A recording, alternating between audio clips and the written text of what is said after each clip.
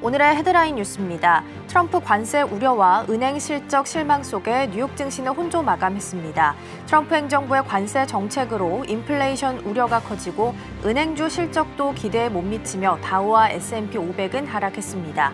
반면 나스닥만이 엔비디아가 4% 넘게 오르며 기술주 중심으로 강세를 이어갔습니다. 시장에서는 이번 물가 지표에 관세발 물가 부담이 본격 반영되기 시작했다는 평가가 나왔습니다. 미국이 수출을 제한했던 엔비디아 H20 칩의 중국 판매를 승인했습니다. 중국을 방문 중인 젠슨 왕 CEO는 H20 칩 판매 재개와 함께 그래픽카드 RTX 프로 출시 소식도 전했습니다. H20 칩은 엔비디아가 미국 수출 규제를 피하기 위해 중국용으로 성능을 조정한 AR 칩으로 트럼프 행정부는 지난 4월 이 칩까지 수출 규제에 포함시킨 바 있습니다. 정부가 올해 안에 MSCI 선진국 지수 편입 로드맵을 내놓습니다. 지난달 편입 실패 이후 본격 재도전에 나서는 겁니다. 기획재정부는 금융위, 한은, 금감원금과 MSCI 선진국 지수 편입 추진 TF 회의를 열고 외환 투자 제도 등 개선 과제를 담은 종합 계획을 마련하기로 했다고 밝혔습니다. 코스피 지수가 3,200선을 돌파하며 사상 최고치에 근접하자 국내 주식형 펀드와 ETF로 자금이 몰리고 있습니다. 국내 주식형 ETF는 최근 처음으로 50조 원을 돌파했으며 국내 주식형 공모펀드에도 한 달 새 7조 원이 유입됐습니다. 이재명 정부 출범 이후 허니문 랠리로 불릴 만큼 증시 상승세가 이어지면서 지난해 외면받던 국내 주식형 상품에 투자자 관심이 되살아난 모습입니다.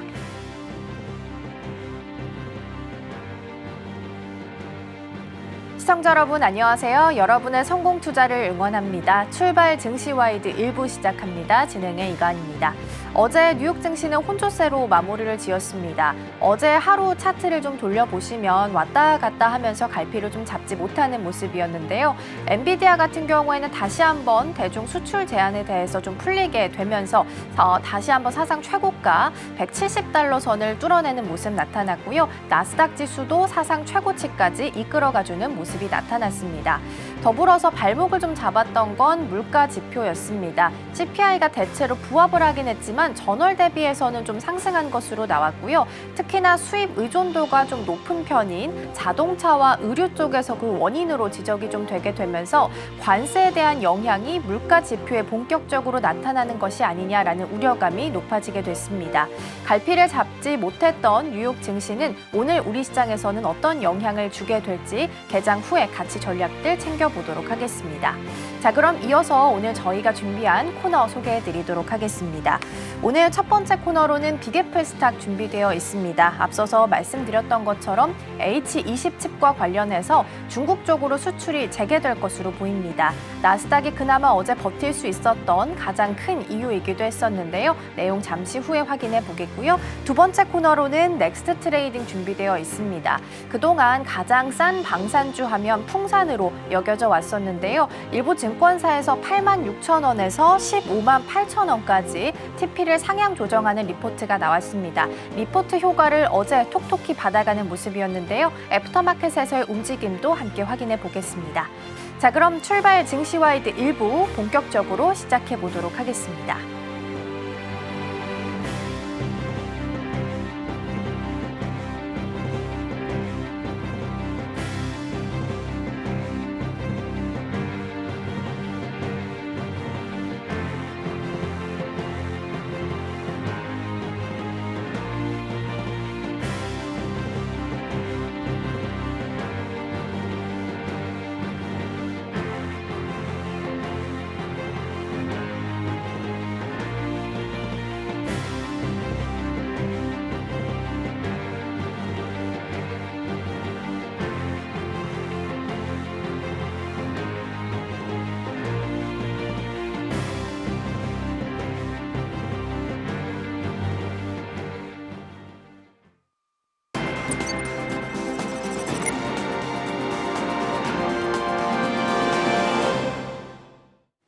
네, 뉴욕 증시는 관세 영향이 지표에 나타나게 되면서 갈피를 좀 잡지 못하는 모습입니다. 이런 와중에 엔비디아는 계속해서 제갈길을 굳건하게 가고 있는 상황인데요. 키워드 통해서 전략들 확인해 보겠습니다. 먼저 오늘 자리에는 서울경제TV 윤경철 본부장 자리해 주셨습니다. 본부장님 어서 오세요. 네, 안녕하십니까. 네, 경제 키워드 통해서 함께 전략들 챙겨보겠습니다. 먼저 오늘 첫 번째 키워드 화면을 통해서 함께 만나보시죠. 네, 오늘의 첫 번째 키워드입니다. AI 워 시대 도래입니다. 미국 국방부가 오픈 AI, 구글, 엔스로픽, 그리고 xAI까지 각각 최대 2억 달러 규모의 계약을 체결을 했습니다. 지원을 하겠다라는 내용인데요. 이번 계약을 통해서 어떤 의미를 찾아볼 수 있을까요? 국방부가 이제 4개의 기업이죠. 4대 기업에 대해서 이제 각각입니다. 이제 2억 달러씩 최대 계약을 했는데 어쨌든 이걸 통해서 이제 AI 채택은 전투 지원이라든가 미국 전략적 우위를 혁신적으로 이제 끌어올리겠다라는 생각인 거고 전쟁 준비를 더 똑똑하게 하겠다라는 생각인 것 같습니다. 이걸 통해서 이제 이렇게 하면서 빅4를 전원 참여시켰습니다. 이렇게 함으로써 이제 이 전쟁을 다 하겠다는 거고 국방부는 AI를 이용해서 더 빠르고 더 정확하게 작전 계획을 세우고 정보를 분석하고 명령을 내릴 수 있도록 시스템을 만들겠다라는 생각인 것 같습니다. 예를 들어서 이제 적의 움직임을 실시간으로 분석해서 자동으로 대응을 하기 위한 게 아닌가라는 생각이고 AI가 필요하지 않겠다라는 생각이라는 생각을 하는 거고 이건 바로 이제 직접 개발하는 것보다 이미 만들어져 있는 것을 어쨌든 잘 만들어서 쓰는 게 빠르지 않는가라는 생각을 하는 것 같습니다. 그래서 구글이라든가 오픈 AI라든가 엔트로픽 그리고 xAI는 이미 대단한 AI 기술을 갖고 있죠. 그래서 이걸 이용하는 게 좋다라는 생각인 거고 국방부는 이제 빠른 기술을 이제 우리가 쓸 수 있게 도와달라는 거고 우리가 이제 바로 군사용으로 써보겠다라는 생각을 하고 있는 것 같습니다. 그래서 계약을 맺던 생각을 하고 있는 것 같고요. 시간을 아끼고 이제 경쟁 우위를 확보하려는 게 아닌가라는 생각인 것 같습니다. 그래서 중국이나 러시아도 군사용 AI를 개발하고 있는데 이 부분에서 미국은 우리가 더 빠르고 더 똑똑한 어떤 움직여야 한다는 이기겠다는 생각을 전략적으로 개발하는 게 아닌가라는 생각입니다. 그래서 전쟁뿐만 아니라 이제 행정 정보 관리를 쓰고 있는 게 아닌가라는 생각이고요. 어쨌든 최대 2억 달러를 이용해서 이제 하고 있는 생각인 것 같고 이미 전략적으로 이제 많은 부분에서 AI가 전쟁에서 실제 이제 효과적으로 쓰였던 사례가 있습니다. 이제 우크라이나 전쟁에서 AI 드론이 확실히 이제 증명이 됐다라는 게 보이고 있는 것 같고요. 이스라엘의 로켓 방어 시스템 아이언돔이죠. 여기서도 이제 효과를 많이 봤습니다. 정확하게 필요한 로켓만 막는 똑똑한 AI 방어망이었다는 게 이제 증명이 됐었고요.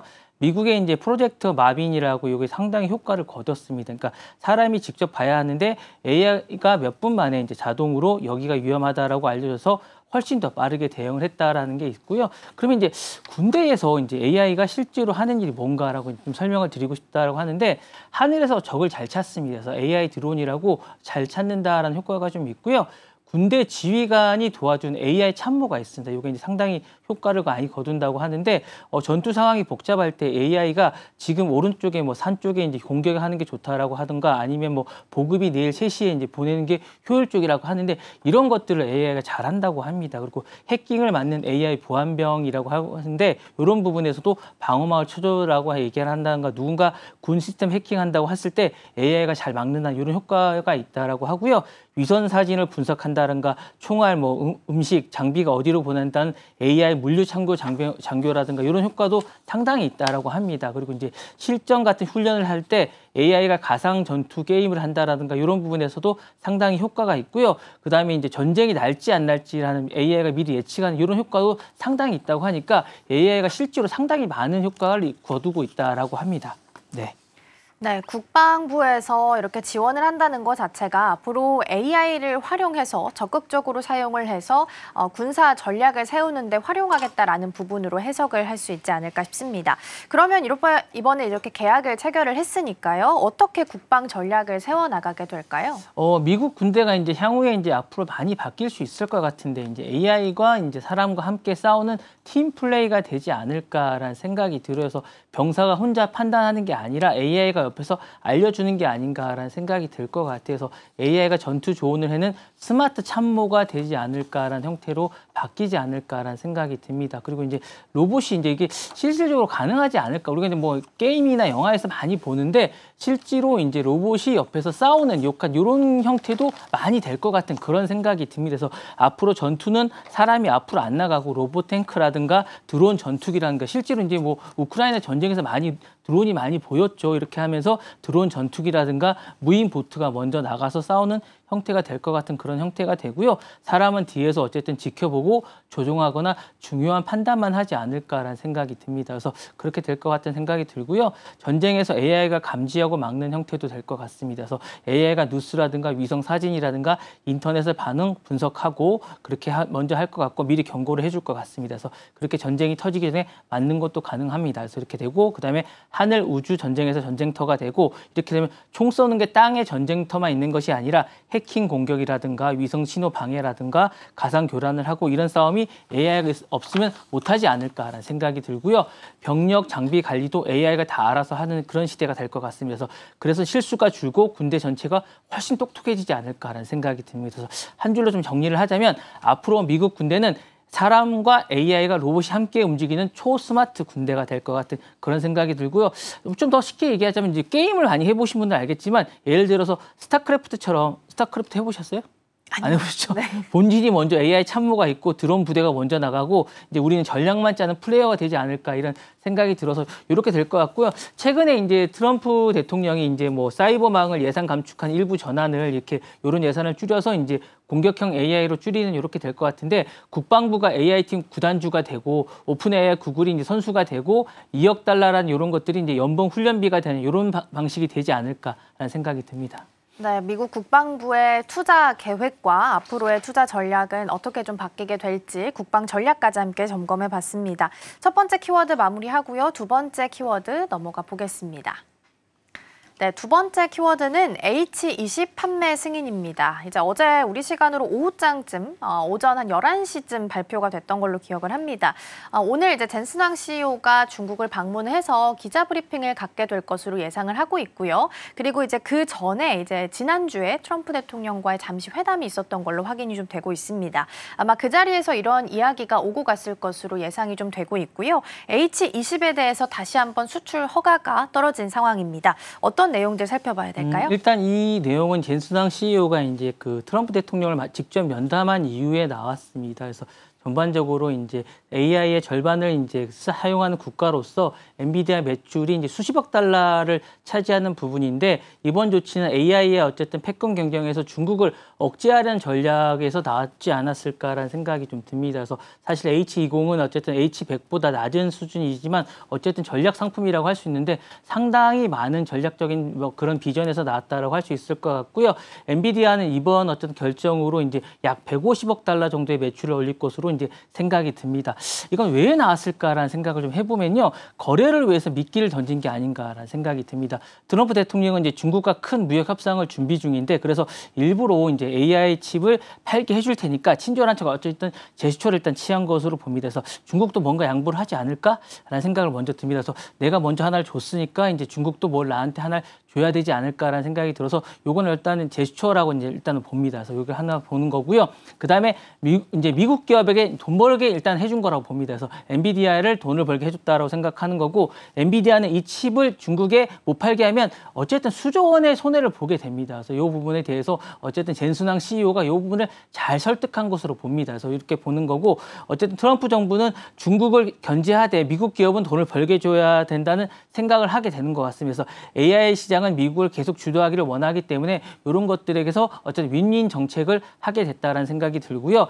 약간 칩은 줘도 된다는 계산을 하게 된 것 같습니다. 그래서 H20은 최고 성능이 아니기 때문에 중국에서 최신 칩은 안 주고 약간 느린 칩을 줘야 된다는 계산을 하게 된 거고 중국이 계속 미국 칩에 의존하게 된다는 그리고 이제 기준을 만들어야겠다는 생각을 하게 된 것 같습니다. 그래서 이 부분이고 트럼프 대통령은 중국을 완전 막기보다는 적당히 어쨌든 통제를 하되 미국 기업의 어쨌든 절충안을 어쨌든 이게 선택하게 된 게 아닌가라는 생각이 들면서 이 부분에 대해서 어쨌든 선택을 하게 되면서 어쨌든 통제하에 둬야겠다는 생각을 하면서 이 결정을 하게 됐다는 생각이 듭니다. 네. 네, 지난주에 트럼프 대통령과 잠시 미팅이 있었을 때 아마 이런 이야기가 오고 갔을 것으로 예상이 좀 되고 있고요. H20이 다시 한번 중국 쪽에 수출이 재개되게 되면서 삼성전자가 어제 반응이 좀 나오기도 했습니다. 삼성전자의 HBM3가 여기 탑재될 것이기 때문에 좀 더 관심을 좀 받았던 것으로 보이고 있기는 하는데요. 향후 이제 미중 AI 패권 경쟁을 좀 예상을 해본다면 다른 흐름으로 예상을 할 수 있을까요? 네, 그렇죠. 이제 다른 흐름일 것 같습니다. 서로 이제 지금은 딴 생각을 할 것 같아요. 지금은 어쨌든 이렇게 풀면서 서로가 이제 하게 되겠지만 미국 기업과 중국은 다른 생각인 것 같습니다. 미국은 우리가 최고라고 따라오지 말라고 생각을 할 것 같습니다. 미국은 계속 이렇게 생각을 하겠지만 미국은 일단은 따라오지 말라고 생각할 것 같아요. 전략이 된 것 같습니다. 우리가 AI 팔긴 하겠지만 일단은 이런 생각인 것 같아요. 우리는 팔겠지만 계속 싼 가구만 팔겠다. 너네는 따라오지 말라고 하겠지만 중국은 어쨌든 우리는 사지만 우린 자체적으로 만들겠다라는 생각을 할 것 같아서 서로가 딴 생각을 하면서 계속 가겠다는 생각을 하겠고 우리는 팔긴 팔겠지만 대신 통제를 하겠다. 중국은 사줄게. 하지만 우리는 언젠간 안 살겠다라는 전략으로 계속 이렇게 가지 않을까라는 생각을 할 것 같아서 자체적으로는 이런 생각을 하면서 서로가 가지 않을까라는 생각을 할 것 같습니다. 네. 네, H20 수출 재개에 따라서 AI 경쟁 판도가 어떻게 바뀌게 될지 들어봤습니다. 두 번째 키워드 마무리하고 세 번째 키워드 함께 만나보시죠. 네, 오늘의 세 번째 키워드입니다. 빅테크 스팸 전쟁. 메타가 올해 상반기에만 1,000만 개에 달하는 가짜 계정을 삭제를 했다라고 하고요. 유튜브 역시 메타와 비슷한 정책을 내놨다고 합니다. 스팸 전쟁이라고 하는데 기업의 정책에 대해서는 어떤 부분들의 의미를 찾아볼 수 있을까요? 짧게 이제 설명을 좀 드리면 이런 것 같아요. 메타는 2025년 상반기에만 스팸을 사칭한 걸 한 1,000만 개 정도 이제 삭제를 했고요. 이제 유튜브도 7월 중순에 이제 약간 이렇게 스팸이나 이런 것들을 갖다 붙이는 거나 누구 거 유명한 것들을 반복해서 하는 유의미한 것들을 수익을 못 맞게 하겠다라고 이제 하고 있습니다. 그래서 이런 부분에 대해서 이제 AI 콘텐츠 시대에 이제 규제 칼날을 들이밀기 시작한 거예요. 이 부분에 대해서 이제 이런 부분을 왜 하느냐라고 이제 말씀을 좀 드리고 싶으면 진짜 사람들이 계속 떠나는 거예요. 그러니까 이런 부분에 대해서 정말 크리에이티브를 잘하는 사람들이 계속 떠나니까 이런 정책을 펼치고 있는 겁니다. 그러니까 AI를 가짜 계정들이 좋아요, 댓글, 영상을 마구잡이로 올리면서 진짜 사람들이 피드백을 지루하고 똑같은 콘텐츠로 가득 차니까 사람들이 재미가 없다. 다 똑같다. 진짜 소통이 없다라고 생각하면서 앱을 안 쓰게 되니까 이런 걸 하면 안 되겠다라고 생각해서 페이스북이나 유튜브나 뭐 인스타그램을 하는 요 정책을 바꾸기 시작했습니다. 그래서 이제 요 부분을 안 쓰니까 정책을 바꾸지 않는가라는 생각이 들고 더 중요한 건 돈을 대는 사람들이 정말 화가 나기 시작했어요. 그래서 요 부분에 대해서 광고주들이 진짜 사람들에게 광고를 하고 싶지 않다. 그렇기 때문에 이 부분에 대해서 AI 가짜 계정에 대해서 정말 이렇게 광고비를 낭비하고 싶지 않기 때문에 돈을 대는 사람들이 돈을 안 대기 시작하니까 안 되겠다 싶어서 이제 칼을 대기 시작한 거고 그렇기 때문에 가짜 계정이 너무 많아지면 광고 효과가 떨어지고 돈만 날리는 구조가 되기 때문에 이 부분에 손을 대달라고 얘기를 해서 이번에 청소를 하기 시작하는 게 아닌가라는 생각이 들고 마지막으로는 창작자들이 너무 피해를 보니까 이렇게 하는 게 아닌가라는 생각이 듭니다. 누군가는 AI 영상으로 글을 복제해서 똑같은 글을 올려도 정말 창작자들과 똑같은 돈을 버니까 조회수만 높으면 상금이나 광고 수익을 받아가니까 안 된다는 생각이 들어서 정말 이제 만드는 사람이 피해를 너무 많이 보니까 플랫폼이 복불한 영상, 그러니까 갖다 붙이는 영상에 대해서 안 된다라고 정리를 하기 시작하는 게 아닌가라는 생각이 들고요. 가짜 계정이 정말 너무 많아지면 사람들도 광고주도 다 떠나니까 이제 플랫폼이 싹 정리를 하는 게 아닌가라는 생각이 듭니다. 네, 메타와 유튜브를 통해서 대량으로 생성되는 스팸 콘텐츠를 규제하는 게 어떤 의미가 있는지에 대해서 살펴보고 있습니다.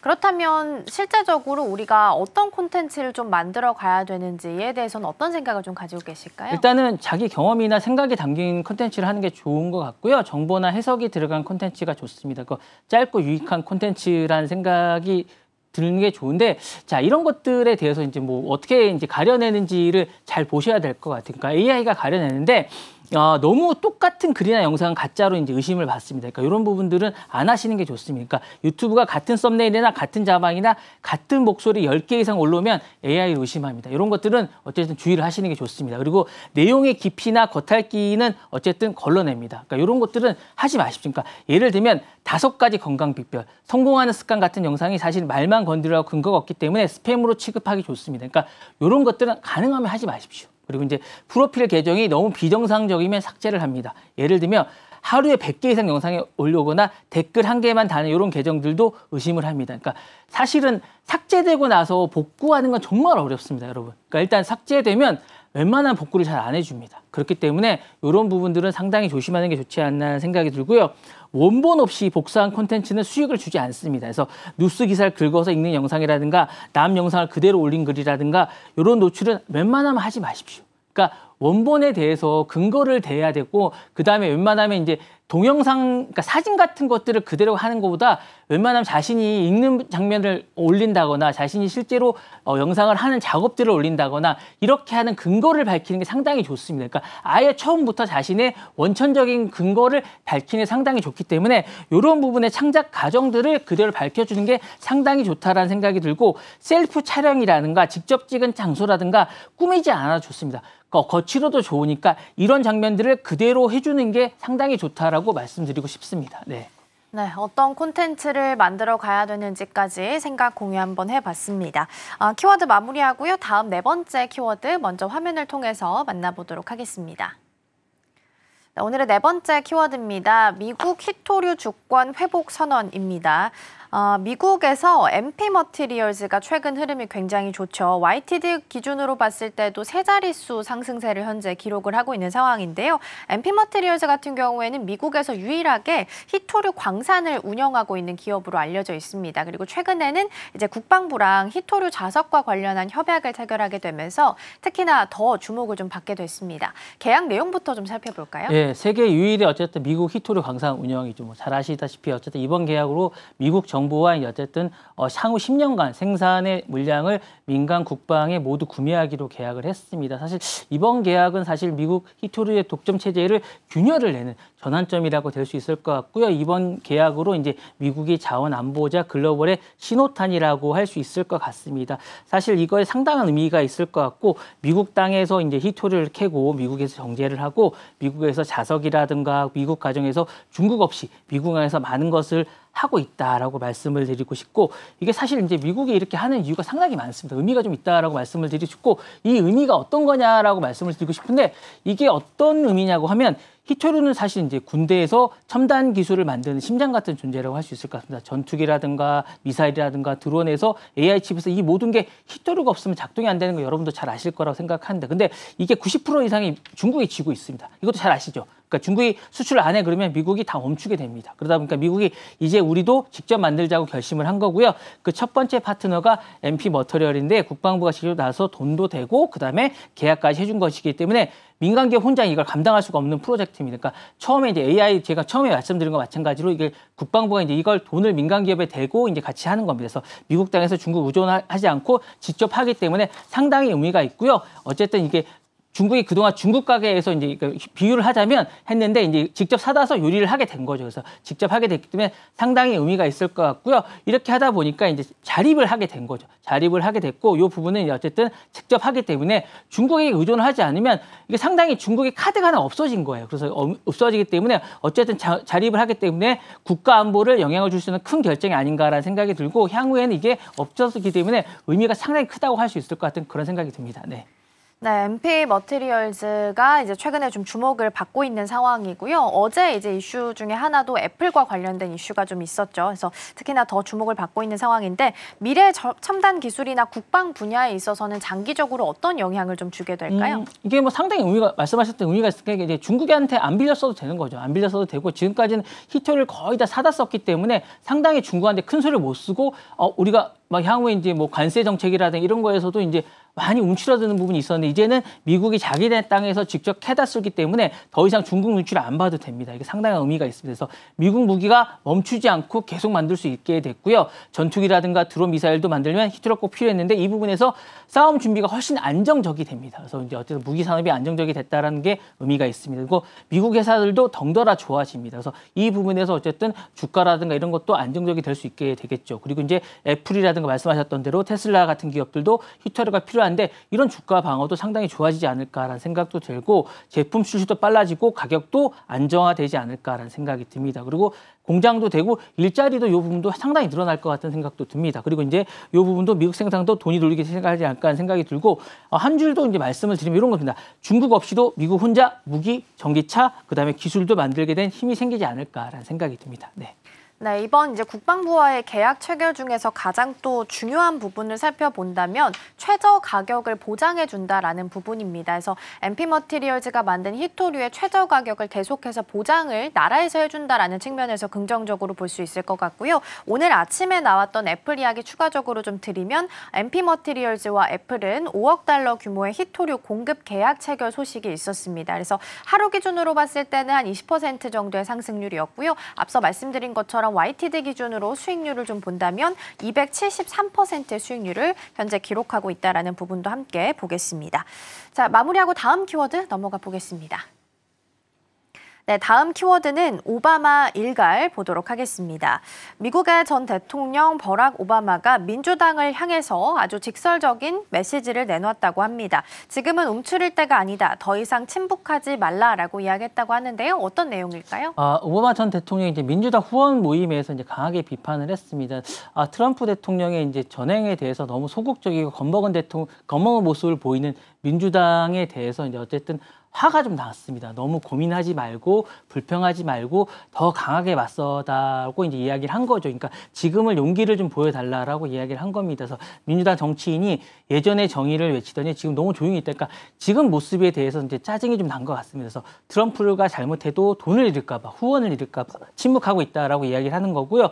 그리고 민주당 지지자에 대해서 실망했다고 아무것도 안 하면 안 된다라고 이야기를 하고 있습니다. 그리고 이제 트럼프가 재집권하면서 미국의 자유와 정의가 위협받고 있다라고 이야기를 하고 있습니다. 민주당은 서로 싸우고만 있다라고 이야기를 하고 있고 서로 탓만 하고 있다라고 이야기를 하고 있고 실질적으로 저항이나 목소리가 너무 부족하다는 거죠. 그러다 보니까 용기가 누군가에게 싫어하는 말을 해도 옳다고 말할 수 있는 거라고 이야기를 하고 있고 그다음에 민주당이 선거에서 이기고 싶으면 유권자의 삶을 실제로 개선해야 된다라고 이야기를 하고 있고 좌파든 중도든 결과를 만들어야 된다라고 이야기를 하고 있습니다. 그래서 민주당을 혼내고 있으면서 트럼프가 너무 막 나가고 있다. 민주당은 너무 힘이 없으니까 나라가 무너질 수 있다라고 이야기를 하면서 정신을 차려야 된다라고 이야기를 하고 있습니다. 그래서 이렇게 얘기하면서 답답함을 계속 호소하고 있습니다. 네.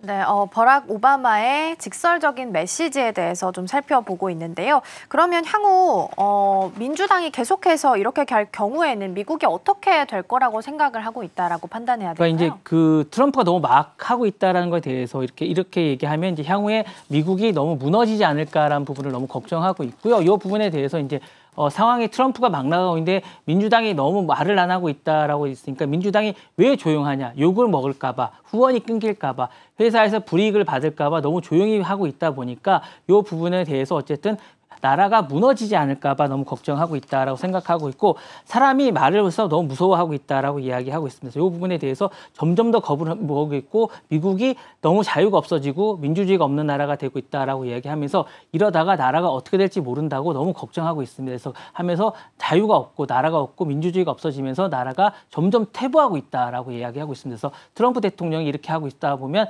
점점 더 나라가 어떻게 될지 모르겠다고 하면서 독재가 될지도 모른다고 하면서 걱정을 하고 있습니다. 그러면서 넬슨 만델라는 28년 동안 감옥에 있었는데도 나와서 자신의 자유를 외치고 있다라고 이야기하면서 민주당도 이런 모습을 배워야 된다라고 이야기하고 있습니다. 네.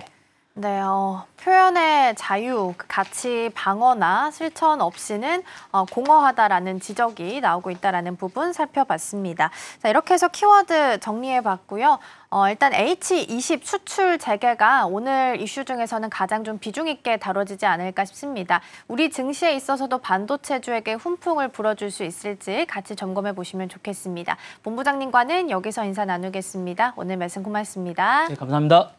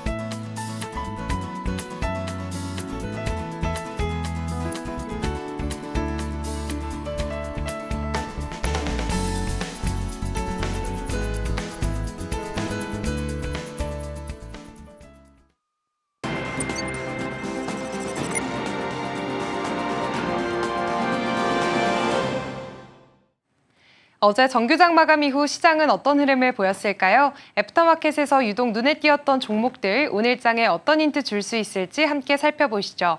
먼저 상승률 상위 종목 살펴보겠습니다. 펩트론이 20%대 급등세 나타냈고요. 풍산도 18%대 큰 폭으로 올랐습니다. 로보티즈 17%, 청담 글로벌도 나란히 17% 이상의 상승세를 보였고요. 미래 반도체까지도 16%대 이상의 오름세 나타냈습니다. 다음으로는 하락률 상위도 살펴보겠습니다. 우리기술투자가 10%로 좀 큰 폭으로 떨어진 모습입니다. 애경산업과 아톤도 6%대 낙폭 그려냈고요. 삼성화재, 헥토파이낸셜 5%대 역시나 떨어지는 모습이었습니다. 애프터마켓에서 투자자들의 시선이 향했던 종목들, 그 이슈 자세히 살펴보겠습니다. 넥스트 트레이딩 지금 시작합니다.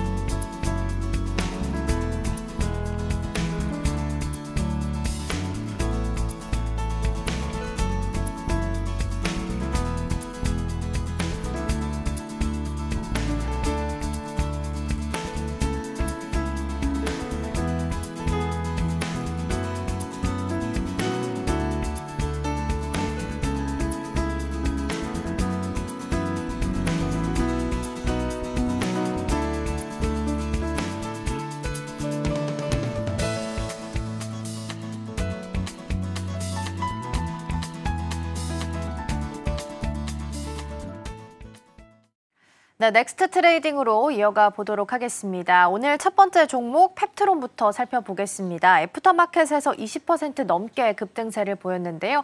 어제는 펩트론의 비만 치료제 말고 새로운 이슈가 좀 부각을 받았습니다. 어떤 내용인지 살펴볼까요? 네, 펩트론 주가가 어제 크게 올랐던 건 전립선 암과 또 성조숙증 치료제인 루프원이 식약처 품목 허가를 받았다는 소식 때문이었습니다. 이 루프원은 펩트론이 자체 개발한 장기지속형 치료제 플랫폼을 적용한 의약품인데요. 이번 허가는 연구 중심에서 상업화 단계로 본격 진입했다는 신호로 해석이 되고 있습니다. 루프원은 한 번의 주사로 한 달 동안 약효가 지속되는 제형이고요. 기존 약물보다 입자 크기와 주사 바늘을 줄여서 품질과 투약 편의성을 개선한 게 특징입니다. 또한 일본 다케다 제약의 오리지널 약물인 루프린과 생물학적 동등성을 국내에서 유일하게 입증을 했고요. 글로벌 기준의 약물 동력학 동등성까지도 확보를 하면서 기술력도 인정을 받았습니다. 또 펩트론은 LG화학과 국내 독점 판매 계약도 맺었는데요. 펩트론이 제조하고 LG화학이 판매를 맡게 됩니다. LG화학이 이미 성장 호르몬 제제인 유트로핀으로 소화 내분비 시장 점유율 1위를 기록하고 있는 만큼 성조숙증 시장에서도 시너지가 기대되고 있는 상황입니다. 결과적으로 이번 허가는 펩트론의 기술이 대량 생산과 매출로 연결될 수 있다는 첫 신호기 때문에 투자자들도 기업 체질 변화의 시작으로 받아들이는 분위기였습니다. 네, 일단은 연구 개발만 중심으로 했던 펩트론이 실제적으로 약을 내놓고 매출로 이어질 수 있다라는 부분에 있어서 투자자들의 관심이 높아질 수밖에 없는 상황이었습니다. 지금 특히나 릴리랑 같이 기술 평가 계약 중이기 때문에 이에 대한 관심도가 더 높아질 수밖에 없는 상황이었고요. 펩트론이 기존에 이제 비만 치료제로 주목을 좀 받았었는데 어제 전반적인 섹터 흐름도 나쁘진 않았었거든요. 어떤 배경을 좀 살펴볼 수 있을까요? 네, 어제 비만 치료제 테마 전체가 좀 강하게 움직였던 하루였는데요. 그 이유 중에 하나로는 바로 미국에서 전해졌던 알파벳의 메세라 투자 소식이었습니다. 알파벳이 먹는 비만 치료제를 개발 중인 미국 바이오 기업 메세라에 1억 3,500만 달러, 우리 돈으로는 약 1,800억 원을 투자했다는 소식이 전해졌고요. 이게 시장에 꽤 강한 영향을 줬습니다. 메세라는 나스닥에 상장한 지 아직 1년도 안 된 신생 기업인데요. GLP-1 기반의 먹는 비만 치료제를 개발하고 있고 특히 국내 기업인 D&D 파마텍과 협력하고 있는 회사입니다. 그래서 실제로 어제 D&D 파마텍 주가가 15% 넘게 급등을 했고요. 같은 테마로 묶이는 케어젠과 펩트론도 함께 강세를 보였습니다. 네, 그래서 어제 D&D 파마텍 안 그래도 제가 짚어드렸었죠. 지금 오늘 시장에서는 한 2% 정도 빠지고 있는 상황이고요. 방금 살펴봤던 펩트론 같은 경우에는 지금 프리마켓에서 1.9% 정도 하락을 하고 있습니다. 아무래도 이제 어제 CPI 지수가 살짝은 좀 전월 대비해서는 좀 소폭 상승을 했고 더불어서 수입 의존도가 높았던 쪽에서 좀 강하게 나왔기 때문에 관세 영향이 미치고 있구나라는 부분에 있어서 우려감이 높아졌습니다.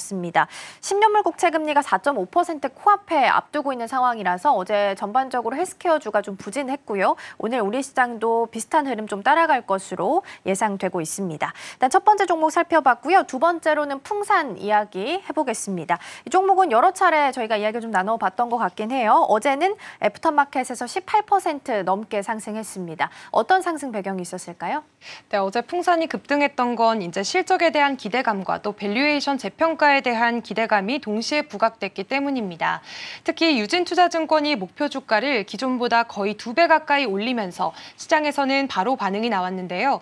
증권가는 2분기 매출이 1조 2천억 원대, 영업이익은 1,200억 원 안팎으로 나올 것으로 보고 있습니다. 무엇보다 폴란드 1차 수출이 대부분 마무리된 시점에서도 탄약 수요가 꾸준히 유지되고 있다는 점이 긍정적으로 평가가 됐습니다.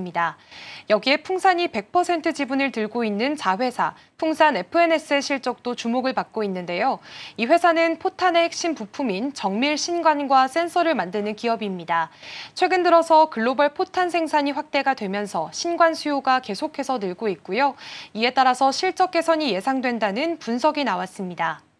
최근에는 500억 원 규모의 제2공장 착공 소식도 전해졌습니다. 이 부분도 방산 수요가 꾸준하다는 신호로 시장에서는 받아들여졌고요. 결국 풍산은 그동안 저평가됐던 방산 가치가 실적을 근거로 다시 조명이 되면서 이번 급등 흐름을 만든 것으로 해석됩니다. 네, 풍산이 이제 가장 싼 방산주로 계속 평가를 좀 받았었죠. 근데 보통 총알이나 포탄 같은 걸 좀 만드는 곳이라고 보시면 될 것 같고요. 어제 말씀해주셨던 TP 상향 조정된 내용을 보면 15만 8천 원까지 이야기가 나왔습니다. 그런데 종가가 15만 5,200원 정규장에서 끝이 났습니다. 그래서 룸이 아직까지 살짝 남아있긴 합니다만 큰 폭의 상승 룸은 아니라는 부분 점검드리고요. 자회사 실적까지 플러스 알파로 겹쳐지게 되면 더 큰 주가 상승을 좀 견인했던 것 같습니다. 근데 어제 전반적으로 다른 방산주들 흐름도 좀 나쁘지 않았었죠? 네, 맞습니다. 어제는 풍산뿐만 아니라 한화 에어로스페이스, LIG 넥스원, 그리고 현대로템처럼 이렇게 주요 방산주들이 일제히 상승하는 흐름을 보였습니다. 이건 2분기 실적 시즌을 앞두고 방산업 전반에 대한 긍정적인 기대감이 반영된 결과였는데요. 특히 여러 증권사들이 폴란드 2차 방산 수출 물량과 또 추가 수주 가능성을 언급하면서 2026년부터는 다시 대규모 납품이 시작될 수 있다는 전망을 내놨습니다. 또 하나 주목할 만한 부분은 한국 방산업체들의 기술 이전 유연성입니다. 교보증권에 따르면 미국이나 독일은 전략무기나 핵심 기술 이전에 있어서 굉장히 보수적인 반면에 또 한국은 현지 생산이나 기술 협력에 더 적극적인 편이기 때문에 무기 수입국 입장에서는 훨씬 매력적인 선택지가 될 수 있다는 분석도 내놨습니다. 결국 이런 점들이 모두 반영이 되면서 단기 실적에 대한 기대감에 더해서 중장기적인 수출 성장성까지 함께 부각됐던 하루였습니다.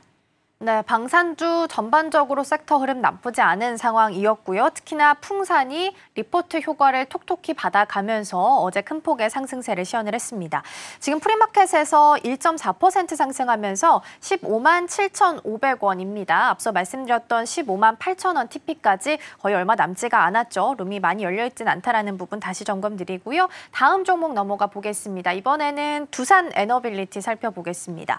어제 이제 다시 한번 조방원 쪽으로 시세가 좀 돌아오는 모습이 나타났고요. 그중에서 원전, 두산 에너빌리티 빼놓을 수 없을 겁니다. 애프터마켓에서 8% 가까이 상승세를 좀 시연을 했습니다. 시총 10위 안에 다시 돌아왔습니다. 상승 배경부터 좀 살펴볼까요? 네, 어제 두산 에너빌리티가 또 강하게 한번 올라왔던 건 체코 원전 수주 기대감이 다시 부각됐기 때문입니다.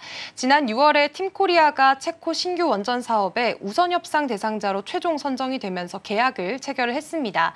이 사업에서 두산 에너빌리티가 맡게 될 설비 수주 금액만 약 4조 원 규모로 추산이 되고 있는데요. KB증권은 이 수주가 올해 안에 본계약으로 이어질 가능성이 크다고 내다봤고요.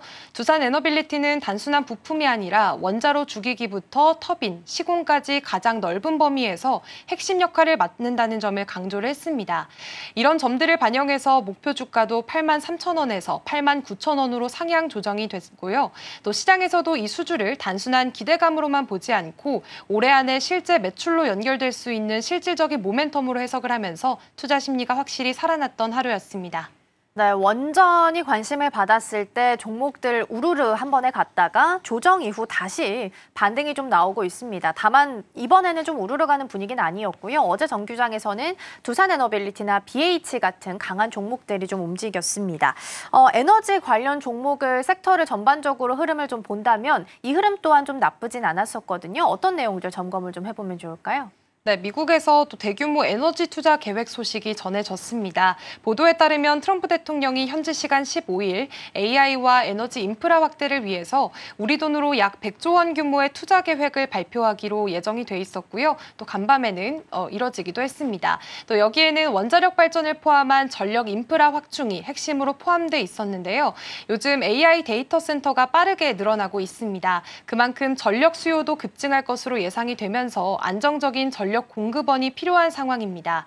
이런 흐름 속에서 원자력 산업에 대한 기대감도 다시 커졌고요. 이 영향을 받아서 어제는 두산에너빌리티뿐만 아니라 BHI 그리고 LS 일렉트릭, 제일 일렉트릭 같은 전력 설비 관련주들도 줄줄이 상승을 했습니다.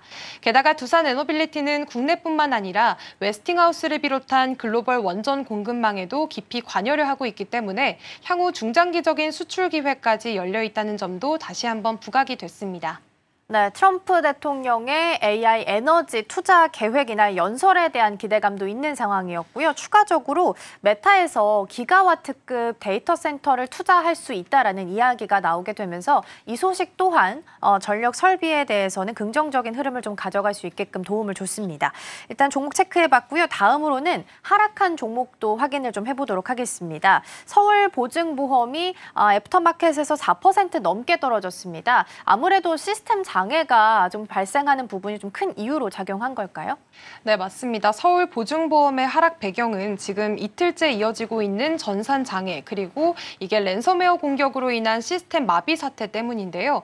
문제가 처음 발생한 건 14일 새벽입니다. 이후로 전세대출이나 주택담보대출 같은 주요 보증 업무가 대부분 멈춘 상태고요. 정확한 복구 시점도 아직 잡히지 않으면서 투자 심리가 확 꺾인 모습이었습니다. 이번 사고는 단순한 내부 오류가 아니라 랜섬웨어에 의한 피해로 추정이 되고 있습니다.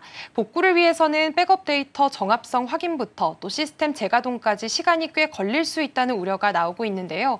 실제로 피해 전날까지만 하더라도 주가가 49,000원대까지 오르면서 상장 이후 최고가를 찍었습니다. 하지만 이틀 연속 장애가 이어지면서 고점 대비해서 14% 넘게 밀린 상황이고요. 어제 하루 동안에도 기관과 외국인이 각각 21억 원, 9억 원 넘게 매도에 나선 반면에 개인 투자자들만 소극적으로 매수에 나선 모습도 보였습니다.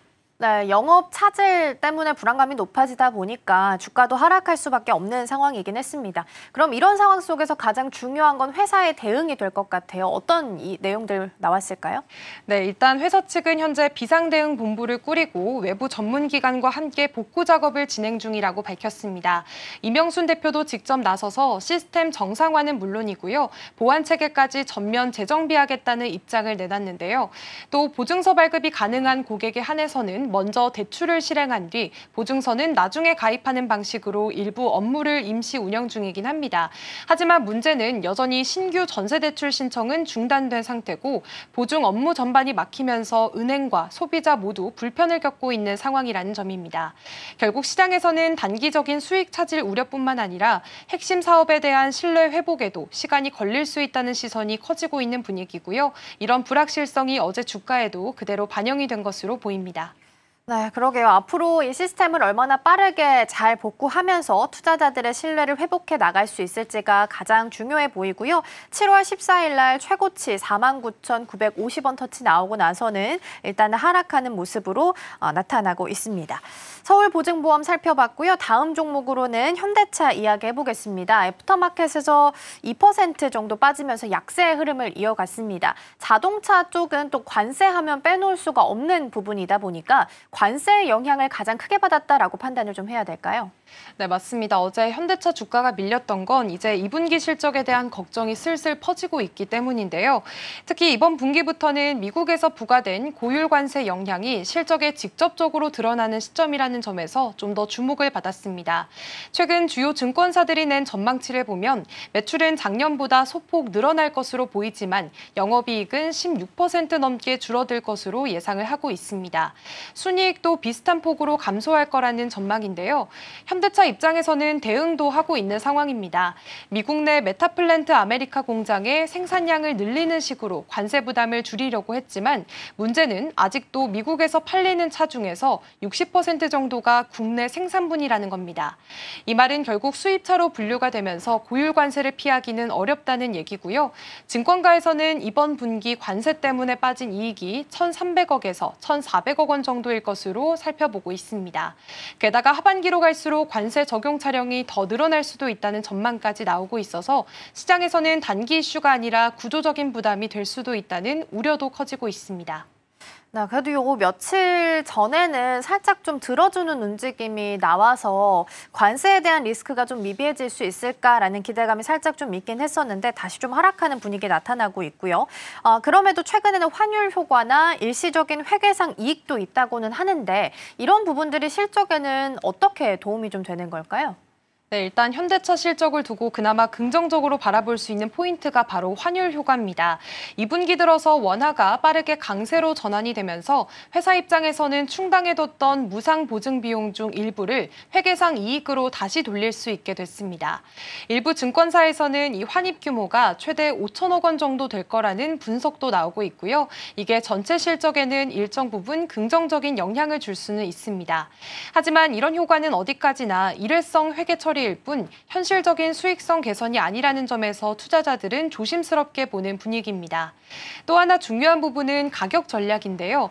현대차가 미국 시장에서 차량 가격을 올리기도 쉽지가 않은 상황입니다. 현대차가 가격을 올렸다가 경쟁력에서 밀리게 된다면 판매량까지 줄어들 수 있다 보니까 지금은 서로 눈치만 보고 있는 상황입니다. 실제로 소나타나 투싼 같은 주력 차종의 가격이 이미 토요타 캠리나 또 레포와 좀 큰 차이가 없는 수준이기 때문에 10%만 가격을 올려도 소비자 입장에서는 부담이 커질 수가 있습니다. 그래서 판매는 그대로인데 원가만 오르는 구조고요. 이게 지금 현대차가 처한 현실이라고 볼 수가 있겠습니다. 일부 증권사에서는 올해 관세 부담으로만 3조 원 가까이 이익이 줄어들 수가 있다는 전망도 내놓고 있는 상황입니다. 이런 불확실성이 전반적으로 작용을 하면서 어제 주가에도 반영된 모습이었습니다. 네, 올해 관세 부담으로 3조 원의 영업이익이 줄어들 수 있다는 전망이 좀 나오고 있기 때문에 우려감이 들 수밖에 없는 것 같긴 하고요. 수급상으로도 외국인과 기관 투자자가 어제 모두 빼는 모습이 나타났습니다. 어제 개장 때 마침 또 체크를 해봤었는데 외국인과 기관 쪽에서 수급이 돌아서는 부분을 확인해야 하고 그리고 그 돌아섰을 때 가격을 지지해서 갈 수 있는지가 가장 중요하기 때문에 이 부분을 계속해서 좀 체크해 보시면 좋겠습니다. 현대차까지 점검해봤고요. 넥스트 트레이딩은 오늘 여기서 마치겠습니다. 오늘 말씀 고맙습니다. 네, 고맙습니다.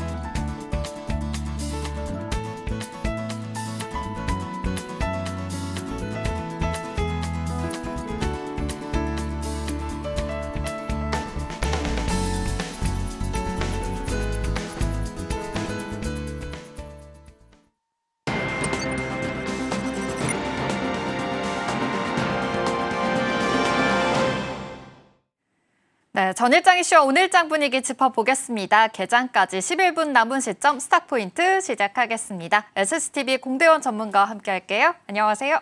반갑습니다. 네, 일단 간밤에 뉴욕 증시부터 체크를 해보겠습니다. 3대 지수는 혼조세로 마감을 했는데요. 그래도 나스닥 지수가 강했습니다. 기술주 중심의 나스닥 지수 다시 한번 사상 최고가를 경신했는데요. 엔비디아 덕분이었습니다. 시장에 있어서 정말 주인공이다 할 수 있었을 만큼 굉장히 엔비디아가 굉장히 장한 흐름을 이어갔는데요. 엔비디아 H20을 중국에 재판매하겠다라는 이슈가 있었죠. 오늘 우리 시장에서도 어떤 흐름을 이어갈 수 있을지 함께 체크를 해보겠습니다. 어제 우리 시장도 좀 복기를 해보자면 지금 굉장히 또 시장에서는 큰 의미가 있었는데요. 그동안 대형주와 또 이런 기술주 중심으로 좀 잘 가는 장세였다면 어제는 코스닥이 강했습니다. 810선을 터치하면서 계속해서 좋은 흐름을 보였었는데요. 어제장 분위기부터 좀 복기를 해보겠습니다. 전문가님, 그동안 이 코스피가 그동안 잘 갔었는데 이제는 코스닥까지 좀 따라가는 모습이었습니다. 키 맞추기 장세가 이어지는 걸까요? 어제 시장 어떻게 보셨을까요? 네, 어제 코스피도 코스닥도 CPI 발표를 앞두고 모두 상승 마감을 하였었죠. 아무래도 CPI가 물가가 좀 잡히지 않을까라는 그런 기대감에 힘입어서 오름세를 좀 보였다라고 보면은 될 것 같고요. 추가적으로는 뭐 PPI도 발표를 오늘 밤에 앞두고 있는 그런 상황이기 때문에 주목해 보시면은 좋을 것 같고, 코스피가 지금 현재 강세장이기 때문에 전반에는 약세를 보이더라도 밑꼬리가 나오면서 양봉으로 마감하는 그런 스탠스가 기조가 이어지고 있는 그런 과정입니다. 그렇기 때문에 강세장에서 어떤 종목을 봐야 되는지는 지속적으로 오름세를 보이고 있는 종목들 위주로, 주도주들 위주로 주목해 보시면 좋을 것 같고, 아무래도 실적 발표를 어닝 시즌이기 때문에 실적이 호실적을 기록할 것 같은 기대감이 있는 그런 매출액이라든지 영업이익이라든지 단기 순이익이 개선될 것 같은, 수익성이 개선될 것 같은 종목군들 위주로 살펴보시는 게 좋을 것 같고요. 웬만하면 관세 리스크가 지금 아직도 상존하고 있는 만큼 관세 리스크를 좀 피할 수 있는 업종들 위주로, 화장품이라든지 뭐 엔터라든지 콘텐츠라든지 그런 쪽 위주로 주목해 보시면 좋을 것 같고요. 그리고 최근에 실적 발표들이 은행주 위주로 미국에서 많이 발표를 하고 있죠. 웰스파코도 그렇고 뭐 JP모건이라든지 시티 등등등 은행주들이 실적 발표를 지금 지속적으로 하고 있는 그런 과정 속에서 어제 웰스파고가 5% 정도 하락세를 보였기 때문에 국내 여파도 영향이 미칠 수가 있다라고 생각이 들고 있고, 그리고 어제 CPI가 좀 반등세를 보였죠. 0.1% 정도 반등세를 보여서 금리 인하가 기대감이 좀 위축됐다라고 보시면 좋을 것 같아요. 금리 인하 수혜주는 제약바이오나 로봇주들이 어제 강세를 보였었는데, 물론 개별적인 이슈가 있었지만은 강세를 보였었는데 오늘 같은 경우는 실망 매물이 좀 출회될 수가 있겠다라고 생각이 들고 있고, 기존에는 CME그룹 패드워치에 따르면은 37%였는데 금리 인하가 안 될 확률이 47%까지 좀 올라갔다라고 보시면 될 것 같습니다. 그렇기 때문에 오늘 같은 경우는 기술주는 좀 제하면서 반도체는 어제 많이 큰 폭으로 엔비디아 영향으로 5% 정도 상승하면서 오름세를 보였기 때문에 반도체 중심으로 오늘 주목해 보시면 좋을 것 같고요. 그 외로는 뭐 태양광이라든지 풍력 이런 쪽을 저는 지켜보고 있는 상황입니다. 네, 좋습니다. 아무래도 지금 시장 자체가 계속해서 이 불확실성으로 흔들리고 있는 상황입니다. 간밤에 뉴욕 증시에서도 CPI 발표로 인해서 혼조세인 모습 지켜봐 볼 수가 있었는데요. 지금 우리 시장에서도 그러한 영향이 이어지고 있는 것으로 포착이 됩니다. 코스피, 코스닥 양시장 오늘 하락으로 출발할 것으로 예측이 되고 있으니까요. 이전까지 체크해 보시면 좋을 것 같습니다. 일단 간밤에 가장 큰 이슈였죠. 엔비디아 소식으로 인해서 지금 반도체 투톱에 대해서도 기대감이 많은 상황입니다. 엔비디아도 4% 가까이 강세를 보이면서 좋은 흐름을 보였었고요. 나스닥 지수를 거의 이끄는 또 주요한 종목이니만큼 이전까지 체크를 해보시면 좋을 것 같은데요. 오늘 삼성전자와 SK하이닉스도 오늘 상승 출발할 것으로 예측하고 있습니다. 전문가님, 어제 상황을 봤을 때는 SK하이닉스보다는 삼성전자가 올라가는 장세였거든요. 이렇게 엔비디아에 있어서 SK하이닉스가 더 우세할 것이다라는 이야기가 많은데 어제 삼성전자가 올라갔던 그런 이유가 있을까요? 아무래도 삼성전자가 매출액이 좀 그래도 기대가 되고 있는 부분이고 네. 그리고 추가적으로는 사법 리스크가 그래도 좀 해소되지 않을까라는 그런 기대감도 있는 상황에서 오름세를 좀 보였다라고 보시면 될 것 같고요. 결국에는 SK 하이닉스가 고개를 숙이면은 삼성전자가 반대로 올라가고 삼성전자가 고개를 숙이면은 SK 하이닉스가 올라가는 등 키맞추기 장세가 지속적으로 이어지고 있는 그런 과정 속에서 반도체는 그래도 긍정적으로 보고 있는 만큼 지속적으로 중장기로 보실 분들은 개인적으로는 홀딩 의견 드리도록 하겠고 더불어서 엔비디아도 간밤에 5% 정도 상승한 만큼 오늘 시장은 반도체가 좀 주도를 하지 않을까라고 예상하고 있고요. 중국과 미국이 협상을 히토류를 제공함으로써 반도체 H20을 제공하면서 그러면서 엔비디아가 많이 올랐죠. H20은 결국에는 HBM3가 첨가되고 있는 그런 상황이기 때문에 HBM 관련주들을 주목해 보시면 좋을 것 같고요. 관련주로서는 뭐 한미반도체, SK 하이닉스라든지 테크인이라든지 그런 종목들을 주목해 보시면 좋을 것 같습니다. 네, 좋습니다. 지금 엔비디아 관련해서 수혜되는 종목들 말씀을 해주셨는데요. SK하이닉스뿐만이 아니라 삼성전자 그리고 HBM 관련된 소부장단에서도 오늘 시세를 받아갈 수 있다라고 예측을 해주셨습니다. 지금 한미반도체 같은 경우에도 2% 강세로 출발할 것으로 예측하고 있으니까요. 이 점까지 참고를 해보시면 좋을 것 같습니다. 또 삼성전자에도 큰 이슈가 또 내일 있습니다. 이재용 삼성전자의 대법원 판결을 또 앞두고 있으니까요. 오늘의 시세도 또 주의하시면서 대응해 보시면 좋을 것 같습니다. 이와 관련해서 또 소캠도 같이 좀 시세를 받아가는 모습이 나타나고 있거든요. 어제 시장 같은 경우에는 또 심텍과 TLB도 굉장히 또 강세 흐름을 보였었는데 HBM뿐만이 아니라 이런 소캠 관련된 종목들도 눈여겨봐도 괜찮을까요? 네, 어제 많이 좀 올랐었죠. 네. 강세를 좀 보였었는데 방세를 보인 이유는 개인적으로는 폰더블폰, 그 폰더블폰 관련주들이 움직임을 보이면서 그러면서 OLED라든지 뭐 PCB라든지 같이 동반 강세를 좀 보였다라고 생각을 합니다. 7월 25일쯤에 이제 폴더블폰이 출시를 앞두고 있는 그런 과정 속에서 어제 뭐 파이nem텍도 그렇고 강세를 보였죠. 그렇기 때문에 출시 기대감 때문에 출시를 하면 매출액이 또 올라갈 것 같은 기대감 때문에 삼성전자 역시 호재로 작용을 했다라고 보시면 될 것 같고 이 어제 장대 양봉을 보인 만큼 다만 단기적으로는 좀 차익 매물이 그래도 좀 출회되지 않을까라고 예상을 하고 있는데 다만 PCB 같은 경우는 반도체가 강세를 보이면은 D램이라든지 PCB 그리고 HBM, 뭐 CLX라든지 그런 관련주들은 소부장들은 같이 움직임을 좀 보일 수가 있기 때문에 긍정적으로 작용하지 않을까라고 생각하고 있습니다. 네, 함께 관련해서는 그래도 긍정적으로 작용하지 않을까라고 예측을 해주셨습니다. 심텍과 또 TLB 오늘 상승 출발할 것으로 예측이 되고 있으니까요. 이 점까지 주의해서 전략들 잘 세워보시면 좋을 것 같습니다. 지금 반도체 이야기하고 있으니까요. LG전자까지 한번 세워보면 좋을 것 같은데요. 요즘 LG전자에서 이렇게 HBM용의 하이브리드 본더 장비를 개발하겠다라는 이야기가 나왔습니다. 관련해서도 같이 시세를 받아갈 수 있지 않을까라고 예측하고 있는데 오늘 시장에서는 좀 쉬어가고 있거든요. 이쪽으로의 전략은 어떻게 보고 계실까요? 지금 LG전자가 5월 27일부터 지속적으로 저점을 높이면서 우상향을 단기적으로 보이고 있는 그런 상황이다라고 네. 보시면 될 것 같은데 다만 우려스러운 점은 한 가지가 있죠. 관세라는 리스크 때문에 우려스러움이 있는데요. LG전자는 뭐 멕시코라든지 브라질에다가 생산을 구축하고 있습니다. 가전이라든지 TV라든지. 근데 다만 관세가 부과가 된다고 하면은 브라질도 뭐 50% 관세를 적용하겠다라고 발언을 했는데 관세가 부과가 된다면은 생산에 차질이 있고 수출에 차질이 있는 그런 영향이 있어서 이게 매출액이 감소되는 요인도 발생할 수가 있기 때문에 관세에 민감한 종목군이다라고 보시면 될 것 같고요. 그렇기 때문에 관세가 어떻게 지금 이루어지고 있고 협상이 이루어지는지 얼마큼 부과가 되는지라고 그 부분을 참고하면서 대응해 나가시는 게 좋을 것 같고요. 아직까지는 단기적으로 추세가 이어지고 있는 그런 과정이기 때문에 추세선을 보면서 대응해 나가시면 좋을 것 같습니다. 네, 아무래도 LG전자는 좀 관세에 대해서 계속해서 이슈가 있는 만큼 이 점에 대해서는 참고하면서 대응 전략 잘 세워보셔야 될 것 같은데요. 그래도 HBM 관련해서는 모멘텀이 살아 있습니다. 지금 하이브리드 본더 장비 관련해서 개발에 착수했다라는 소식까지 있는데 LG전자뿐만이 아니라 지금 하나까지 이런 가동 체계를 지금 같이 하고 있다라는 이야기가 나오고 있거든요. 하나 쪽으로의 지금 전략은 또 어떻게 보고 계실까요?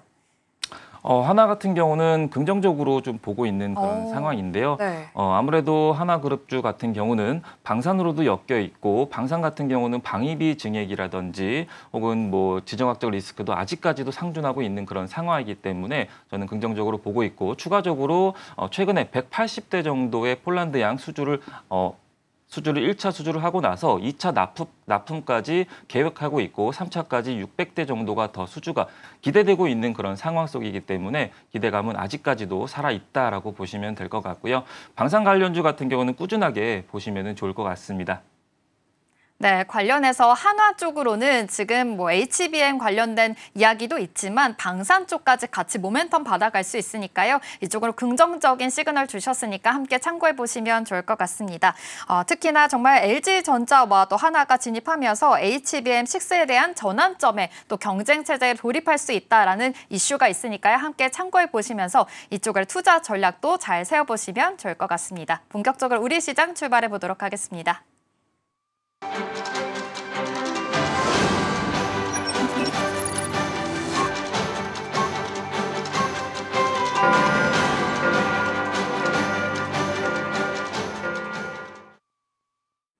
네, 7월 16일 수요일 우리 시장 본격적으로 문 열어보도록 하겠습니다. 일단 간밤 뉴욕 증시는 3대 지수 혼조세로 마감을 했습니다. 나스닥 지수는 사상 최고가를 경신하면서 좋은 흐름을 보였지만 S&P 500 지수와 다우존스 지수는 하락하면서 마감을 했는데요.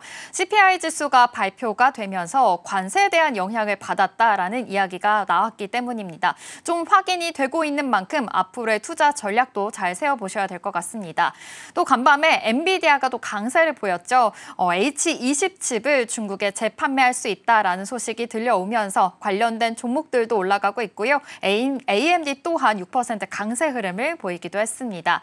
오늘 우리 시장, 양시장은 하락으로 출발하고 있습니다. 아무래도 뉴욕 증시에서 이 CPI에 대한 발표에 아무래도 좀 관망세가 있었던 만큼 우리 시장도 함께 지금 이러한 악재들 같이 좀 담아가는 모습으로 포착이 되고 있는데요. 코스피 같은 경우에는 0.26% 하락하면서 3,206포인트 선 지나가고 있고요. 코스닥은 0.24% 하락하면서 810선 지켜내주고 있는 모습으로 포착되고 있습니다. 이어서 시가총액 상위 종목들도 체크해 보도록 하겠습니다. 시가총액 상위 종목 코스피 먼저 살펴보겠습니다. 1위부터 5위 살펴보면요. 네, 코스닥부터 살펴볼게요. 네, 이어서 코스피 먼저 살펴보겠습니다. 1위부터 5위입니다. 삼성전자, SK하이닉스와 삼성전자는 오늘 쉬어갑니다. 삼성전자가 0.63% 하락하고 있고요. SK하이닉스 같은 경우에도 0.17% 하락하면서 반도체 투톱으로는 쉬어가고 있는 흐름 이어지고 있습니다. LG에너지솔루션 0.47% 하락하고 있고요. 삼성 바이오로직스 또한 좀 지지부진한 흐름을 보여지고 있다라는 점까지 체크해 보시면 좋을 것 같습니다. 오늘 KB금융 쪽으로 많이 빠지고 있네요. 2% 하락하면서 은행주 쪽으로 지금 빠지고 있다라는 소식 지금 들려드리고 있는데요. 아무래도 간밤에 이제 은행 관련된 실적이 나왔죠. 지금 이 호실적을 발표했지만 계속해서 좀 차익 실현이 나왔고요. 관련해서는 좀 모멘텀 같이 받아가는 모습입니다. 오늘 함께 하락하고 있다는 점까지 체크해 보시면 좋을 것 같습니다. 이어서 코스닥 1위부터 5위도 체크해 보도록 하겠습니다. 오늘 분위기가 좋지 못합니다. 알테오젠도 1% 하락하고 있는데요. 사실 어제 바이오주 쪽으로는 좋은 흐름을 보였습니다. 금리 인하에 대한 기대감이 있었기 때문인데요. 오늘은 금리 인하에 대한 기대감이 사라졌기 때문에 이렇게 바이오주 관련해서는 계속해서 좀 지지부진한 흐름을 보일 수 있을 것이다라는 점까지 유념해 보시면서 오늘의 투자 포인트 잘 세워보셔야 될 것 같습니다. 역시 HLB 0.58% 하락하면서 출발하고 있습니다. 에코프로 형제들은 지금 이 투톱은 지금 상반된 흐름이 이어지고 있는데요. 에코프로비엠은 0.1% 상승했다가 다시 보합권에서 머물고 있는 모습 포착이 되고 있고요. 에코프로 또한 0.2% 하락하면서 지금 보합권에서 머물고 있다라는 점 체크해 보시면 좋을 것 같습니다. 지금 제가 코스닥 상위 종목들을 보고 있는데요. 대부분 좀 파란불을 켜주고 있습니다. 이 점 참고해 보시면 좋을 것 같고요. 그나마 클래시스가 1% 상승하면서 화장품, 또 미용기기 단에서는 오늘 상승하고 있다라는 점까지 체크를 해드리겠습니다. 지금 수급 상황도 좋지 못하네요. 외국인에서는 코스피와 코스닥 선물시장 모두 매도 우위 보이고 있다라는 점 체크가 되고요. 기관 쪽에서도 코스피, 코스닥 양시장 매도 우위 보이고 있습니다. 전문가님, 오늘 시장 역시나 지금 뉴욕 증시가 좋지 못해서인가요? 역시나 하락하면서 출발하고 있는데요. 외국인과 기관에서도 매수 우위가 보이고 있지 않네요. 지금 시장 분위기 어떻게 보고 계실까요?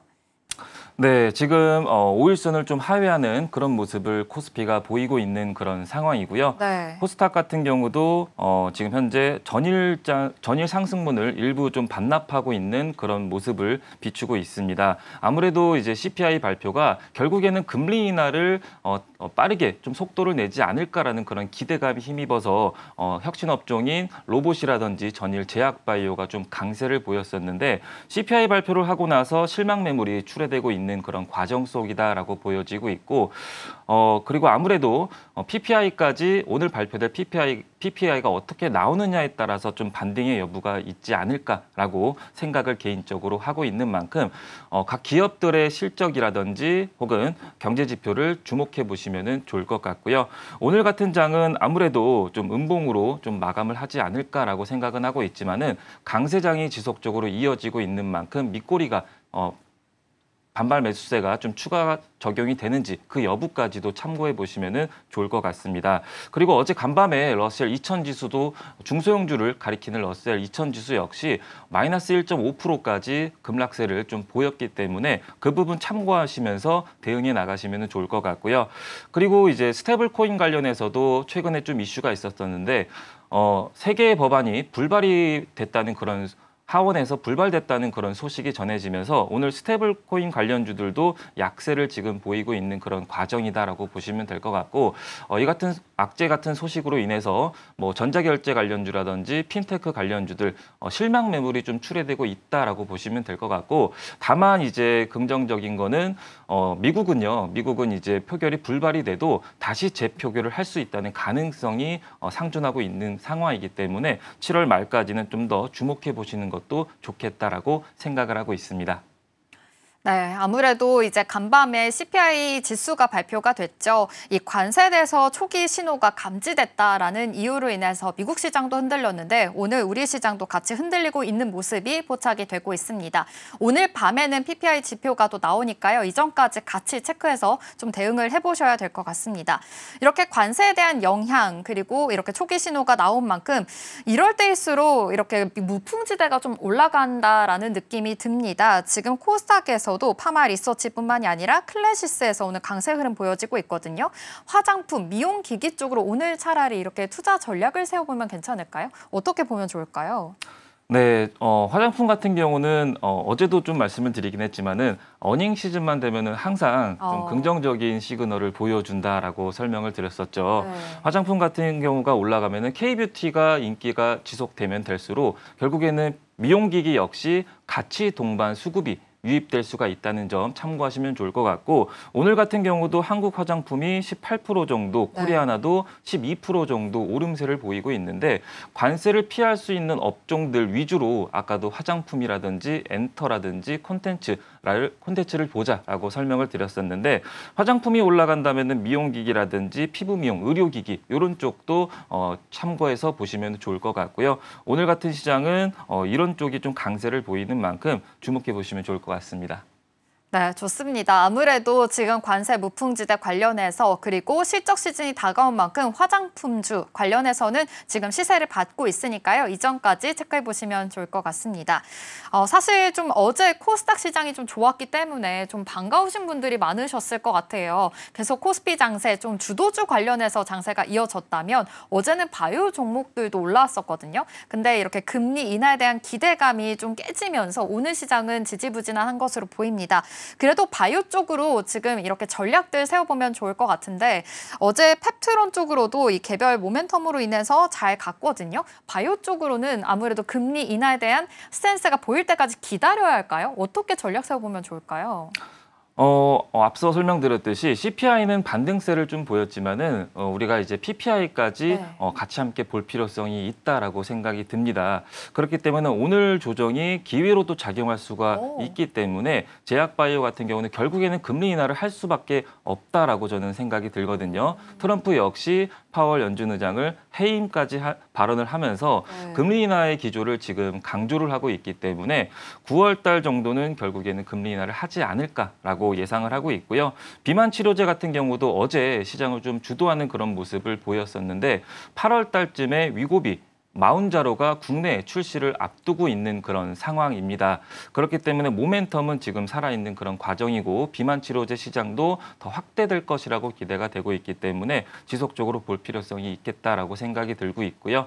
어제 장대 양봉이 좀 나온 만큼 단기적으로는 좀 차익 매물이 출회가 될 수가 있겠지만은 그 부분이 좀 기회로 작용할 수 있다는 점을 참고하면서 대응해 나가시면 좋을 것 같습니다. 네, 오늘 이렇게 하락할 때 오히려 기회장이 될 수 있다라고 언급을 해주셨습니다. 사실 금리 인하에 대한 기대감으로 인해서 올랐던 코스닥 시장이니만큼 계속해서 그래도 금리 인하에 대한 스탠스는 죽지 않을 것이다라고 이야기해 주셨으니까요. 앞으로의 투자 포인트 잘 세워보시면서 대응해보시면 좋을 것 같습니다. 또 비만 치료제 관련해서도 기대감이 있는 상황이니까 함께 참고해보시면 좋을 것 같네요. 그리고 관련해서 코스닥에서는 또 2차 전지 이야기도 안 해볼 수가 없을 것 같은데요. 사실 계속해서 좀 지지부진한 흐름인 거고 재생에너지라든지 뭐 감세안 관련해서도 계속해서 모멘텀은 있는 상황입니다. 이와 관련해서 세액공제 이야기는 있는 것으로 보이는데 2차 전지주 쪽으로는 어떻게 보고 계실까요? 지금 많은 분들이 좀 고민이 될 것 같아요. 지속적으로 올라가고 있는 거를 뭐 추세 매매를 해야 될지 혹은 뭐 바닥권에 있는 저평가주를 좀 공략을 해야 될지 좀 고민이 많이 되실 것 같은데요. 2차 전지 같은 경우는 과거에 좀 화재 사건으로 투심이 많이 좀 위축이 되고 나서 전기차. 전기차가 그리고 나서 이제 전기차를 타도 될까라는 그런 의문점으로 인해서 주가가 많이 하방 압력을 좀 받았었죠. 그리고 나서 뭐 정부가 최근에는 반도체라든지 2차 전지를 이번 달 말에 세액 공제를 좀 확대하겠다라는 긍정적인 소식도 들려오고 있는 그런 상황 속이다라고 보시면 될 것 같고요. 다만 우려스러운 점은 전일 테슬라라든지 뭐 엘버말이라든지 뭐 2차 전지 관련주들이 좀 고개를 숙였다는 점, 기술주 위주로 좀 고개를 숙였다는 점은 좀 우려스러움으로 작용하고 있는 만큼 이왕이면은 종목군들마다 타점이 다 다르기 때문에 타점을 잘 잡고 바닥권에서 대응해 나가시는 게 좋을 것 같고 아직까지 추세가 좀 우하향하고 있는 종목들은 좀 피하면서 대응해 나가시면 좋을 것 같습니다. 네, 관련해서는 지금 아무래도 개별적으로 추세를 잘 잡고 대응해 보시는 게 더 좋을 것 같다라고 이야기해 주셨고요. 그리고 세액 공제에 대한 이야기는 있으니까요. 이전까지 참고해 보시면서 코멘트 참고해 보시면 좋을 것 같습니다. 그렇다면 전 재생에너지 쪽으로도 궁금하더라고요. 사실 어제 하나솔루션 관련해서도 질문 드려보긴 했지만 오늘 다시 하락을 하고 있긴 합니다. 그런데 아리백 관련해서는 지금 이 조성에 대한 기대감은 있기 때문에 재생에너지 쪽으로 다시 지금 그래도 이렇게 훈풍은 지금 아직까지 살아있는 것으로 보이거든요. 이와 관련해서는 계속 들고 가도 괜찮을까요? 어제 하나솔루션을 좀 브리핑을 해드리고 나서 어제 한 5% 정도 상승세를 좀 보였더라고요. 저는 태양광 같은 경우는 긍정적으로 바라보고 있습니다. 앞서 설명드렸듯이 정부가 추진하고 있는 산업은 긍정적으로 보고 있고 산업통상부 역시 아리백을 전기를 대체해서 태양광과 풍력을 100% 이용하겠다라고 산업조성원을 구성하고 있는 만큼 속도를 내고 있는 만큼 매출액과 영업이익 역시 개선될 수가 있겠다라고 생각하고 있고요. 하나솔루션이라든지 뭐 OCI홀딩스라든지 관련 종목을 주목해 보시면 좋을 것 같고 기술적으로 봐도 추세가 전형적으로 우상향 국면에 있는 그런 상황입니다. 좁은 범위 안에서 수렴하면서 오름세를 저점을 높이면서 우상향을 그리고 있는 그런 과정 속이기 때문에요. 거래량이 좀 뒷받쳐 주는지 여부를 좀 보면서 대응해 나가시는 게 좋을 것 같고 단기적으로는 뭐 차익 매물이 출회가 될 수가 있겠지만은 중장기적으로는 저는 긍정적으로 바라보고 있다라고 보시면 될 것 같고 매출액 역시 지속적으로 우상향을 그리고 있고 영업이익 역시 탄탄한 흐름을 보여주고 있는 만큼 매매 포지션이 단기인지 혹은 장기인지 여부에 따라 좀 차별화된 생각을 좀 하실 것 같습니다. 네. 좋습니다. 어제 이어서 오늘도 긍정적인 이야기 주셨는데요. 어제 하나솔루션 잘 갔던 만큼 지금 매출액과 또 영업이익이 계속해서 긍정적으로 나올 것이다라는 시그널과 함께 우상향하고 있다라는 것까지 참고해 보시면서 재생에너지단에서도 이 투자 포인트 잘 세워보시면 좋을 것 같습니다. 그리고 비트코인, 이 암호화폐 관련해서 이야기를 안 해볼 수가 없을 것 같아요. 지금 간밤에서 법안 관련해서 지금 무산이 됐다라는 이야기가 나왔습니다. 계속해서 기대감은 있는 상황인데 또 크립토 위크이니만큼 지금 이렇게 무산됐다라는 소식이 큰 악재일 것 같습니다. 서클도 5% 가까이 지금 하락하기도 했거든요. 이와 관련해서는 어떤 포인트 가져가면 좋을까요? 네, 단기적으로는 아무래도 실망 매물이 오늘 네. 좀 출회되는 그런 모습입니다. 아무래도 주가가 상승한 만큼 다시 좀 실망 매물이 기대감이 힘입어서 상승한 만큼 실망 매물이 좀 출회되고 있다라고 생각이 들고 있고요. 다만 이번 달 말까지는 트럼프가 서명을 할 수도 있는, 하원이 통과가 되면은 서명할 수 있는 기대감은 아직 지금 재표결을 할 수 있다는 기대감이 상존하고 있는 만큼 재표결이 좀 이루어지는지 여부를 이번 주를 좀 주목해 보시면 좋을 것 같고요.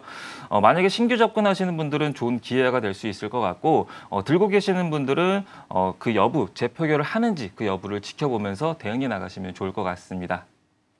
네, 이번 주 이벤트들이 굉장히 많습니다. 지금 이렇게 크립토 위크를 맞이하고 있는 만큼 가상화폐 관련해서 재표결을 할 수 있을지 계속해서 눈여겨보셔야 될 것 같고요. 오늘 밤에는 PPI 지표까지 나옵니다. 이와 관련해서도 금리 인하된 시그널이 어떻게 바뀔 수 있을지까지 포착해 보시면서 투자 포인트 잘 세워보시면 좋을 것 같습니다. 스탁 포인트는 여기서 마무리하도록 할게요. SCTV 공대원 전문가와 함께했습니다. 고맙습니다. 감사합니다.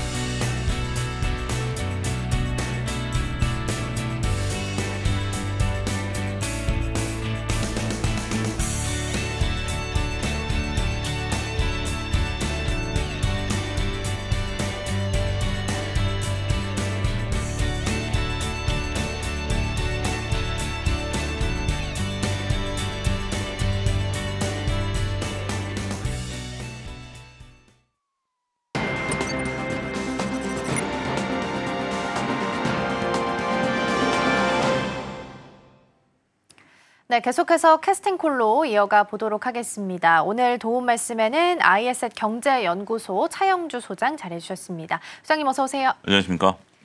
네, 먼저 분위기부터 좀 살펴볼 텐데요. 오늘 이제 아침에 속보 나온 거 보니까 의약품 관세 이르면 이달 말부터 반도체도 곧 부과한다라는 속보 조금 전에 전해졌었고요. 일단 섹터에 영향은 있는지 전반적인 분위기도 여쭙고 싶습니다. 오늘 양시장 모두 약보합 수준 흘러가고 있고 현물, 선물 모두 다 매도 포지션인 것 같긴 하거든요. 어떻게 해석하고 계실까요? 이 외국인들이 지금 뚜렷한 포지션을 좀 결정하고 있지 않은 지금 그런 상황이죠. 지금 지수가 3,200을 갔다가 좀 조정을 받고 어제 코스닥은 800 다시 재탈한 그쵸. 이후에 조정을 좀 받고 있습니다.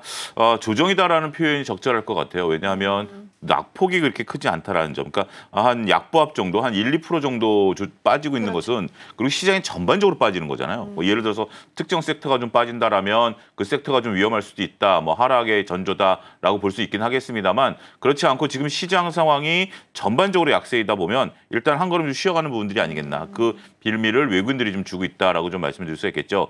저도 들어오기 전에 이제 속보를 봤습니다. 아직까지 제약바이오가 그것을 반영하고 있다라고 보기는 어렵긴 하겠습니다만 한편으로 그러니까 두 가지죠. 시장 상황과 똑같이 움직이니까 이게 지금 반영된 거냐라고 조금 부분들은 그러니까 의구심 좀 받을 수 있죠. 하지만 어제 강했었던 거 생각하면 이 영향을 수 있겠다라고 좀 생각이 있는 것 같아요. 그런데 제약바이오는 우리가 지금 아직 구체적인 저도 이제 한 줄짜리 얘기만 좀 보긴 했습니다만 그 구체적인 얘기가 지금 아직 나오고 있지 않다라는 거 그리고 결국 미국에서 생산을 해야 된다라는 거. 그다음에 이번에 CPI에서도 좀 보여지듯이 자동차 때문에 CPI가 잡혔지만 일부 필수 소비재 같은 경우는 물가가 굉장히 오른 것이 또 나타나지 않았습니까? 제약바이오에 대해서 관세를 부과하면 누가 피해자일까요? 결국 미국 사람들이 그렇죠. 피해를 볼 수밖에 없기 때문에 강한 부분들은 좀 지켜봐야 되겠고 반도체는 계속 말을 흐리네요. 몇 프로라는 얘기를 하는 게 아니라 반도체는 하겠다. 그러니까 결국 저는 그 키워드가 반도체에 있다라고 보여져요. 반도체 같은 경우 100% 미국이 물론 이제 마이크론이라든지 몇몇 기업들이 반도체를 생산하고는 있습니다만 TSMC와 하이닉스, 삼성전자가 반도체를 주지 않는다라면 여기에 이제 관세가 부과가 된다라면 미국 빅테크 기업들이 문제되는 거 아니겠습니까? 저는 제약바이오도 그런 선상에서 지금 보는 것이고 그러면 왜 트럼프가 이제 타코라는 얘기를 들어가면서까지 이렇게 얘기를 하느냐라는 거죠. 저는 지금 조금 전에 인도네시아가 또 타결하지 않았습니까? 이런 것처럼 압박용이다라는 개인적인 생각이에요. 보통 지금 이제 8월 1일까지 관세 협정이 이루어지지 않는다라면 네. 트럼프 입장에서는 이거는 정말 오히려 좀 체면 구기는 그런 부분들이 되는 거죠. 7월 8일까지도 시간 줬는데 연기됐다. 8월 1일까지도 시간 줬는데 연기됐다. 그럼 누가 날짜를 지킬까요? 안 지킬 그렇죠. 가능성이 높죠. 그렇기 때문에 압박용일 가능성이 있다라고 보는 거고 어찌됐든 우리 시장은 조금 좀 쉬어가는 부분들인데 모르겠습니다. 요즘 시장 같은 경우는 오후 들어서 탄력이 강화되는 부분들이기 때문에 오늘 만약에 한 10시경까지 이러한 모습들이 나타난다면 오후 들어서는 또 수급이 달라질 수 있지 않을까 그렇게 말씀드릴 수 있겠습니다. 그러면 오후장까지의 흐름은 조금 더 기대를 해보면서 보셔도 좋지 않을까 싶습니다.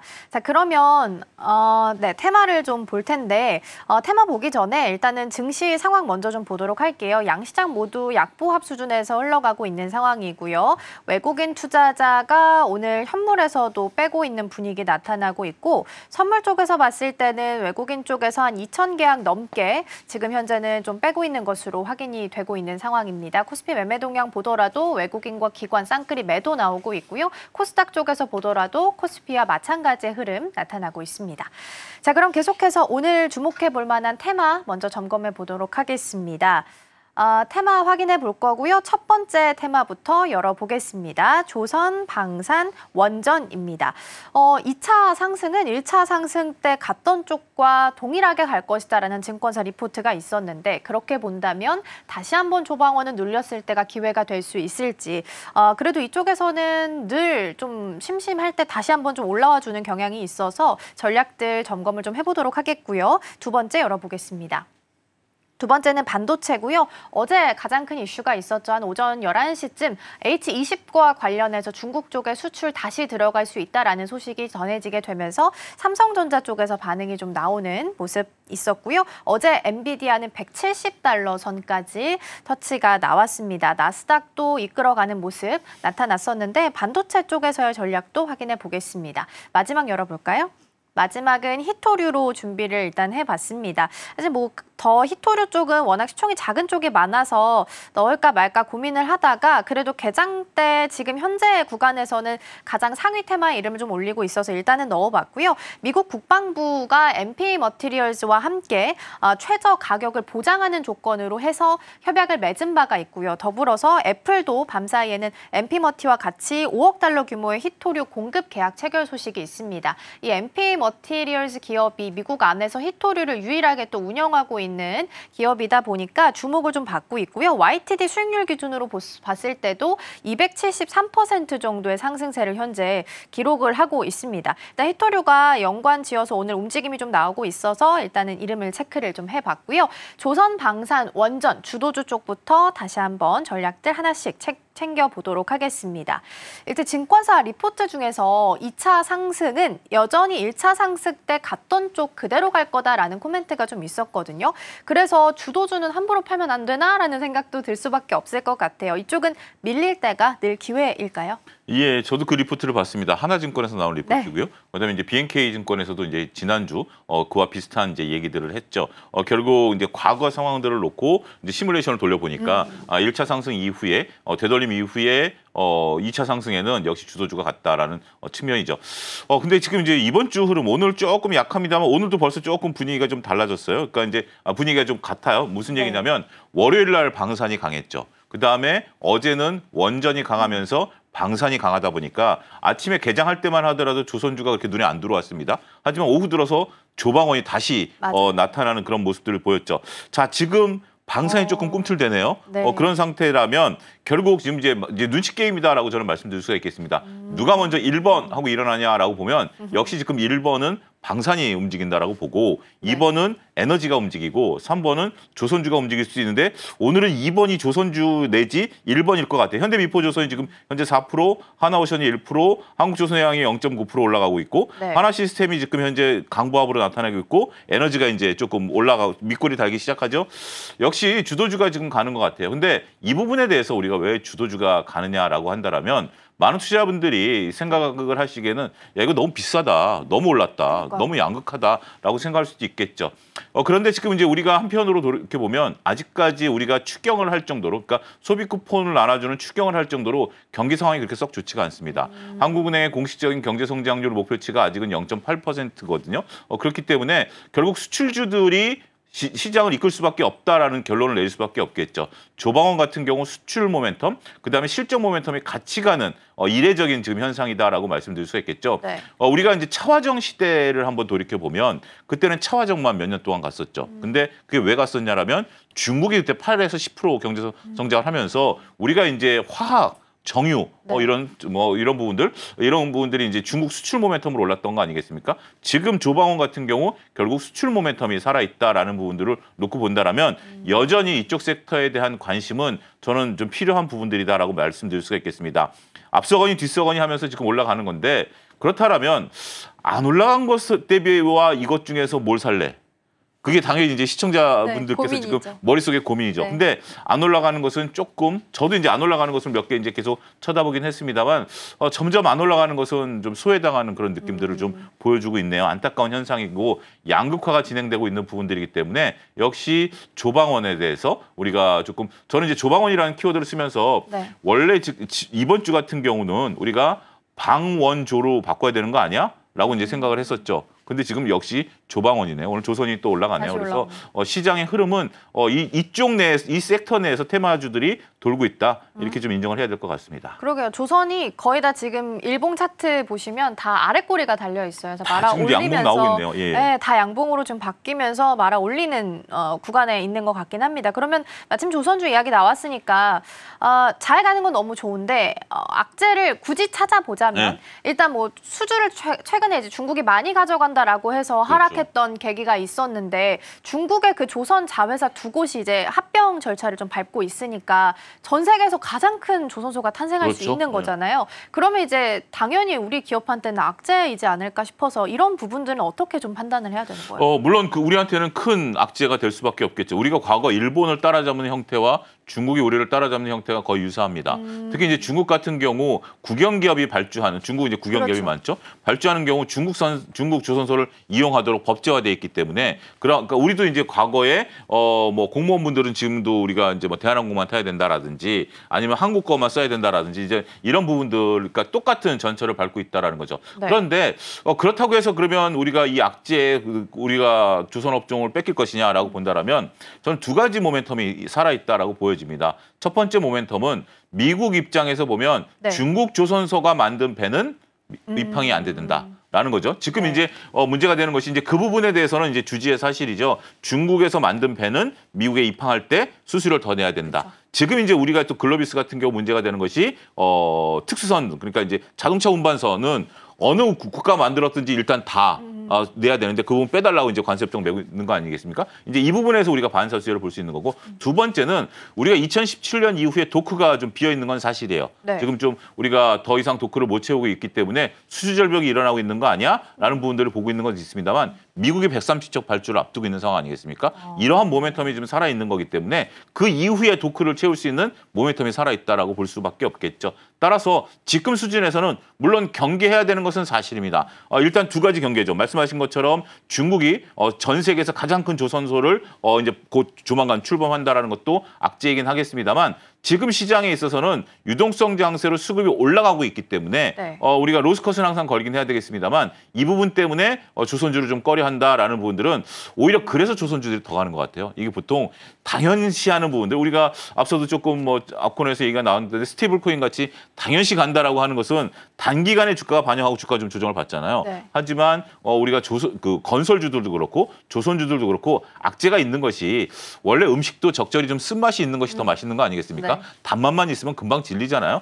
그런 부분들이 현재 조선업종의 현상이 아니겠나 이렇게 좀 말씀드릴 수 있겠습니다. 경계해야 되는 부분은 맞지만 남아있는 기대감이 여전히 있기 때문에 잘 가고 있다라는 부분으로 정리할 수 있겠고요. 방산 쪽도 옮겨가서 좀 보면 대형 방산주는 사실 우리가 알고 있는 그 뉴스들이 좀 반복되는 것 같고 새로운 뭐 수주 소식이 있는가 하면 그거는 아직까지는 아닌 것 같아요. 근데 네. 그러면 중소형 단으로 조금 내려가서 시선을 좀 보면 대형주가 꺾이지만 않는다면 사실 수익률은 이쪽에서 더 많이 날 수도 있지 않을까라는 생각이 들어서 지금 구간에서는 이렇게 대형주가 잘 지켜준다면 이쪽을 좀 더 주목해야 되지 않을까?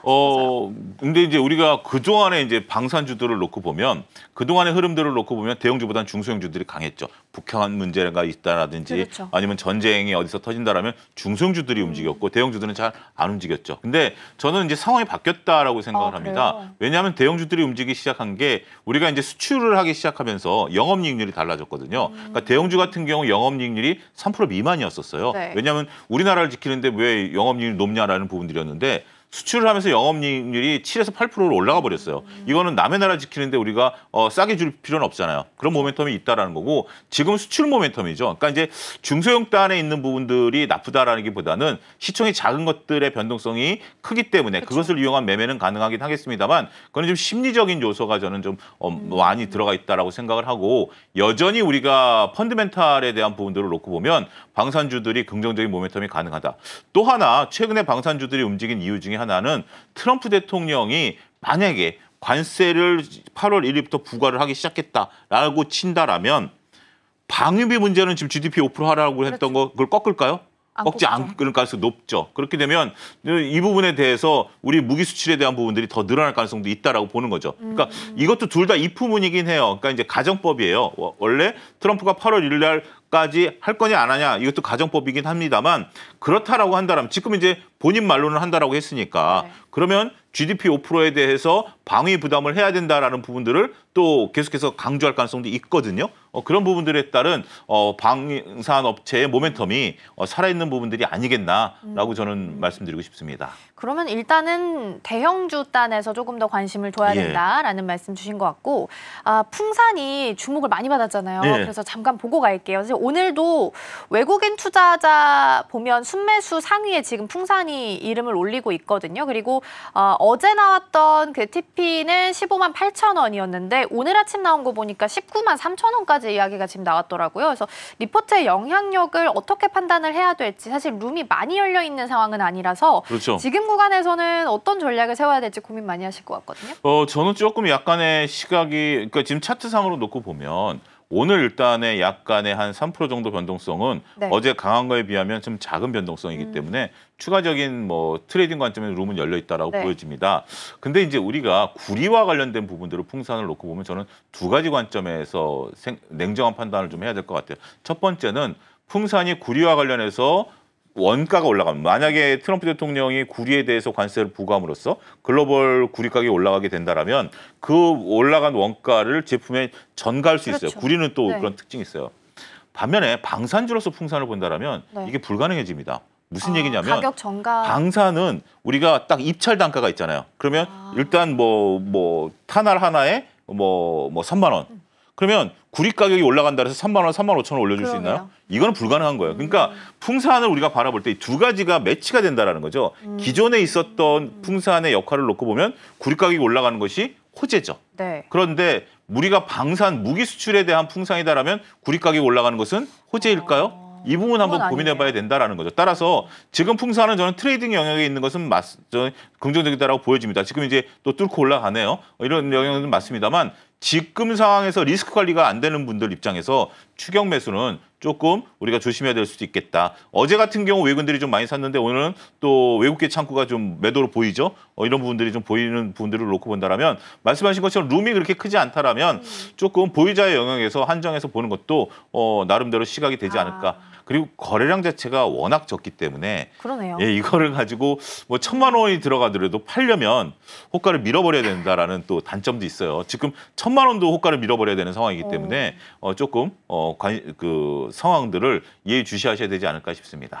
그러게요. 일단은 0.13% 강보합으로 다시 돌려세운 상황이기는 네. 한데 말씀해 주셨던 창구 보면 모건스탠리랑 JP모건 쪽에서 매도 순위 5위에 있는 상구로 좀 이름을 올리고 있기는 하네요. 그래서 풍산에 대한 룸이 좀 많지는 않기 때문에 주가 추이는 조금 더 지켜보셔야 될 것 같고요. 두 번째 테마로 넘어가서 반도체 쪽도 확인을 좀 해보도록 하겠습니다.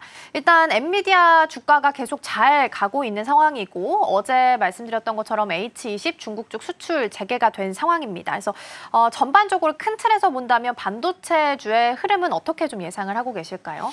일단 뭐 H20에 대한 부분들도 좀 있고요. 반도체는 그 부분, 그러니까 어떤 외부 뉴스와 내부에 있어서 뉴스가 같이 서로 간에 이제 이렇게 다른 바퀴로 돌아오고 있다라고 좀 말씀드릴 수 있겠죠.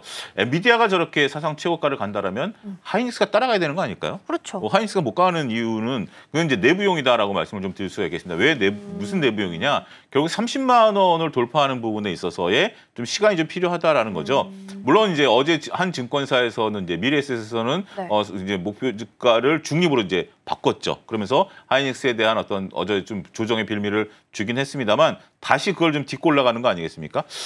삼성전자도 6만 전자 탈환하는데 거의 보름 가까이 걸린 것 같습니다. 6만 원을 돌파하는데 그렇기 때문에 하이닉스도 당연히 30만 원이라는 가격을 돌파하는 데 있어서의 저는 좀 시간을 좀 버는 부분들이다라고 좀 생각을 하는 부분들이고요.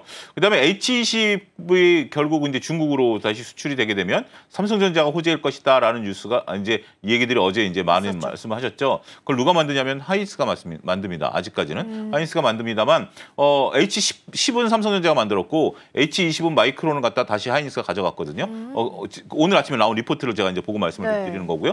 그렇기 때문에 삼성전자가 그럼 왜 특혜를 보느냐라고 한다면 H20을 구동하는 데 있어서 D램이 많이 들어갑니다. 그러니까 삼성전자가 그러니까 H20을 삼성전자가 만들어서가 아니라 H20과 관련된 부분들은 D램이 좀 많이 소요가 되니까 재고 소진에 관련된 그런 부분들이다라고 좀 말씀을 좀 드릴 수가 있겠죠. 어찌 됐건 지금 삼성전자 입장에서 본다라면 현재 지금 저는 6만 원대 중반까지는 매수 구간으로 좀 봅니다. 6만 5천 원까지는 매수 구간으로 보고 어차피 7만 전자를 넘어서려면 새로운 모멘텀이 필요하긴 하겠습니다만 7만 원까지의 가능성은 열려 있다. 네. 그리고 하이닉스 같은 경우도 지금 현재로서는 조금 뭐 분할 매수 관점 충분히 30만 원 이하에서는 분할 매수 관점을 접근하고 있다. 엔비디아가 저렇게 시총 1위를 좀 치고 가고 있고 애플이 이제 확 뒤쳐졌죠. 네. 그런 모습들을 좀 보여주게 된다라면 저는 반도체가 긍정적인데 그러면 이런 부분들이 또 궁금하실 거예요. 그렇지 그럼 엔비디아는 언제까지 갈 거야? 라는 부분들이 이제 시청자 여러분들이 궁금하실 수가 있겠죠. 과거에 이제 우리가 시총 1위를 탈환했을 때 한 3, 4개월 정도 시총 1위를 지켜주는 것이 굉장히 중요합니다. 네. 그러니까 하이닉스와 삼성전자가 제가 삼성전자는 6만 전자의 안착, 하이닉스는 30만 닉스의 안착을 지금 말씀드리고 있는 거 아니겠습니까? 그러면 엔비디아도 시총 1위에 안착을 해야 되죠. 안착한다라는 것은 3, 4개월 정도 엔비디아가 올 그 추석 전까지 대체적으로 말씀드릴게요. 추석 전까지 시총 1위를 달성하면 과거 사례를 보면 거의 한 1년 가까이 시총 1위를 계속 유지했어요. 만약 그렇지 않다라면 엎치락 뒤치락 한다라는 거죠. 그런 개념을 놓고 보면 엔비디아가 언제까지 될 것인가도 보는 거고 엔비디아가 그렇게 된다라면 우리 동생들도 같이 따라갈 수 있다라는 측면에 있어서는 재미있게 흥미롭게 한번 좀 보실 필요가 있지 않을까 싶습니다. 그렇게 본다면 큰 틀에서 보면 엔비디아의 주가 흐름도 중요해 보이고요. 삼성전자는 6만 5천 원 아래에서 그리고 SK 하이닉스는 30만 원 아래에서는 분할 매수 가능하다라는 말씀 주셨습니다. 시간이 많지는 않은데 삼성전자 이야기를 잠깐 좀 해야 될 것 같아요. 내일 이제 사법 리스크 해소에 대한 부분이 기대감이 좀 있는 상황이라서 상승 여력을 키워갈지 일단 궁금하고요. 두 번째로 본다면 늘 이런 이야기가 나오고 나서 뒤따라왔던 게 M&A 이야기라서 그 단골 레파토리 속에서 살펴볼 만한 기대해볼 만한 부분이 있다면 어떤 부분들이 좀 있을까요? 결국 이제 사법 리스크에 대한 부분들은 뭐 기존에 큰 변화가 없을 거고 오히려 여기서 만약에 1심과 다른 판결이 나온다라고 하면 이거는 주가 빠지는 요소지 주가를 끌어들이는 요소다라고 저는 생각하지 않습니다. 그러니까 우리가 호재성 재료에 대해서는 이미 알려진 호재다라고 한다면 그게 악재로 나왔을 때 변동성이 문제지 호재성 재료가 나왔을 때 주가가 올라간다라고 본다라는 것은 선반영에 대한 부분들을 생각을 안 했다라는 부분들이죠. 그리고 M&A에 대한 부분들은 이제 하만을 인수한 이후에 여러 가지 이제 M&A를 하고 있는데 정말 M&A를 좀 했으면 좋겠어요. 뭔가 정말 삼성전자급에 대한 정도 M&A를 좀 해야지. 그러니까 자꾸 삼성전자가 저 같은 등치에 김밥만 먹고 있는 것 같아요. 이거는 뭐 배가 부른 게 아니죠. 뭔가 좀 뷔페를 간다라든지 뭔가 좀 근사한 음식을 먹어야 정말 차영주가 잘 먹는구나라는 인식을 주는 것처럼 삼성전자가 자꾸 작은 M&A보다는 투자자분들이 원하는 건 큰 M&A를 원하는 그렇죠. 거 아니겠습니까? 대형으로. 그런 부분들이 좀 기대감을 좀 섞이고 일단 삼성전자는 두 가지예요. 그 사본 리스크가 해소된 다음에 큰 M&A를 하는 거고 두 번째는 뭐다? 우리가 이제 HBM 퀄테스트 통과 그렇죠. 이 부분에 대한 것들을 빠르게 이재용 회장께서 결정을 좀 내려주셨으면 좋지 않겠는가. 지금 이제 뭐 인사에 대한 얘기, 뭐 기업 문화에 대한 얘기 여러 가지 얘기들이 정말 조금 우리가 좀 안 좋은 얘기들이 많이 들리지 않습니까? 그런 걸 개선할 수 있는 것은 회장의 의지죠. 그래서 그런 부분들이 조금 빠르게 개선됐으면 좋지 않겠는가 기대의 말씀을 드리도록 하겠습니다. 네, 일단은 내일 이제 사법 리스크 관련한 부분들은 나올 것으로 예상이 좀 되고 있고요. 이후의 흐름을 좀 본다면 대형 M&A 좀 기대해 볼 만하고 그다음에 퀄테스트 통과 여부도 계속해서 좀 지켜보셔야겠습니다. 근데 M&A 이야기가 나왔을 때 항상 삼성전자는 본인 말고 그 상대 기업의 주가를 올려주고 본인은 계속 그냥 머물러 있는 경향이 좀 많아서 내일 만약에 이런 비슷한 이슈가 나온다면 주가 추이가 어떻게 될지도 같이 보시면 좋겠습니다. 개장 분위기 잘 살펴봤고요. 소장님과는 여기서 인사 나누겠습니다. 오늘 말씀 고맙습니다. 감사합니다.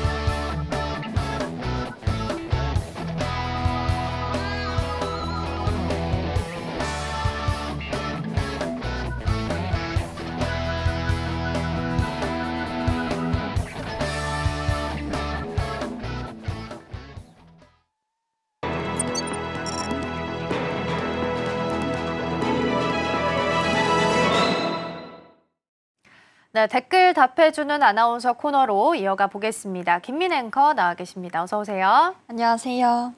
네, 오늘도 댓글들 살펴보면서 투자 전략 고민해 보겠습니다. 먼저 첫 번째 댓글 함께 열어보겠습니다. 네, 오늘의 첫 번째 댓글입니다. 연기금 고점에 팔고 상법 개정주 싹쓸이 중이라는 댓글이 달렸습니다. 이 주가가 지지부진할 때는 연기금에서 어쨌든 뒤를 좀 든든하게 좀 받쳐주다가 이제 허니문 랠리 시작되고 3,000피 돌파가 나오게 되면서 연기금 쪽에서 본격적으로 좀 차익에 나서는 듯한 움직임이 나타나고 있습니다. 연기금이 왜 갑자기 팔고 있다라고 판단해야 될까요?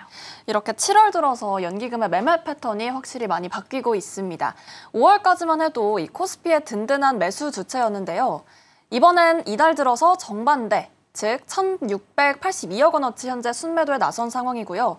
특히 1일부터 따져봤을 때 5거래일 연속 매도를 기록하면서 눈에 띄는 변화가 포착되기도 했습니다.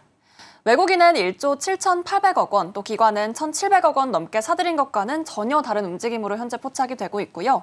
시장은 이를 차익 실현으로 현재 해석하고 있습니다. 연기금은 1월부터 4월 동안 총 6조 원 이상을 매수하면서 코스피가 2,300선까지 떨어졌던 시기에 또 과감히 들어갔던 때도 있었죠. 6월 이후에는 반등장이 이어지자 이 수익을 실현하면서 포트폴리오를 현재 다시 조정하고 있는 것으로 파악이 되고 있습니다. 실제 연기금이 순매도한 종목을 보면 KB금융, 또 두산에너빌리티, 현대 로템 등 최근 단기 급등세를 보였던 종목들이 다수 포함되어 있었습니다.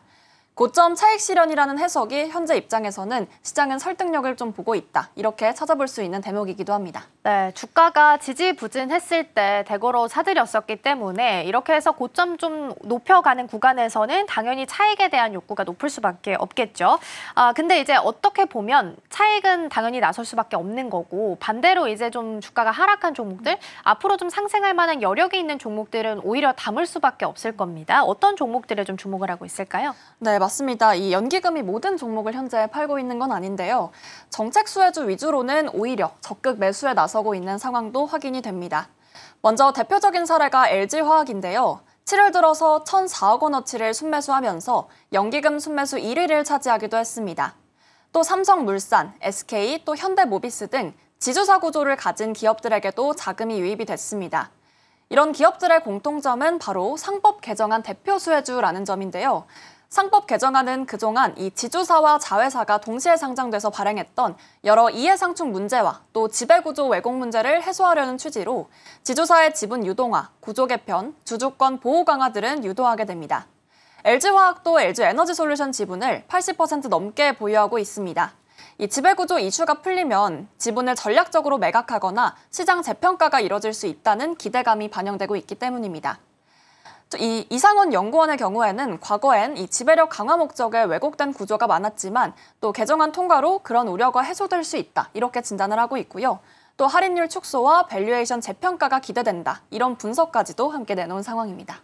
네, 일단 연기금은 뭐 단순한 팔자라기보다는 이익 실현과 또 정책에 대한 테마 편승으로 변경됐다라는 부분으로 확인할 수 있을 것 같고요. 대표적인 종목으로 담고 있는 게 앞서서 LG화학 말씀을 좀 해주셨습니다. LG화학 오늘 흐름을 좀 살펴보면 오늘은 한 2.9% 정도 하락을 하고 있고요. 삼성물산도 담고 있는 상황인데 삼성물산은 앞서서 말씀드린 것처럼 내일 이제 사법 리스크 해소 관련된 이슈가 있습니다. 그래서 삼성물산은 또 지배 구조에 대한 이슈도 같이 껴있는 종목이다 보니까 오늘은 그래도 이런 시장 속에서 강보합 수준으로 버티고 있고요. 또 하나 이제 현대모비스도 있는데 이 종목 또한 지배 구조 이슈가 좀 있는 종목입니다. 오늘도 0.65% 정도로 강보합 수준 지켜내고 있다라는 부분도 함께 챙겨드립니다.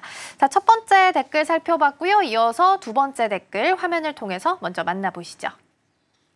네, 오늘의 두 번째 댓글입니다. 127조가 미국 미래를 바꾼다. 지금 안 뛰어들면 끝장이라는 댓글입니다.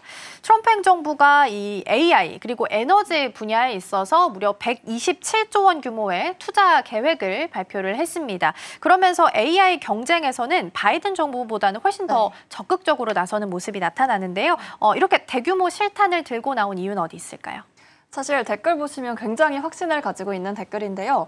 이 트럼프 대통령이 간밤 카네기 멜론 대학교에서 열리는 제1회 펜실베니아 에너지 혁신 서밋을 통해서 920억 달러, 우리 돈 127조 원 규모의 AI 에너지 투자 계획을 발표를 했습니다.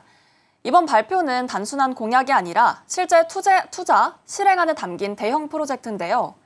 이날 현장에는 세계 최대 자산운용사인 블랙록, 또 AI 빅테크 기업인 팔란티어, 엔트로픽, 그리고 사모펀드인 블랙스톤까지 미국을 대표하는 실행형 투자자 60여 명이 함께 참여를 했습니다. 특히 블랙스톤 역시도 이 데이터 센터, 에너지 인프라 프로젝트를 합작 투자 방식으로 추진하겠다고 밝혔는데요.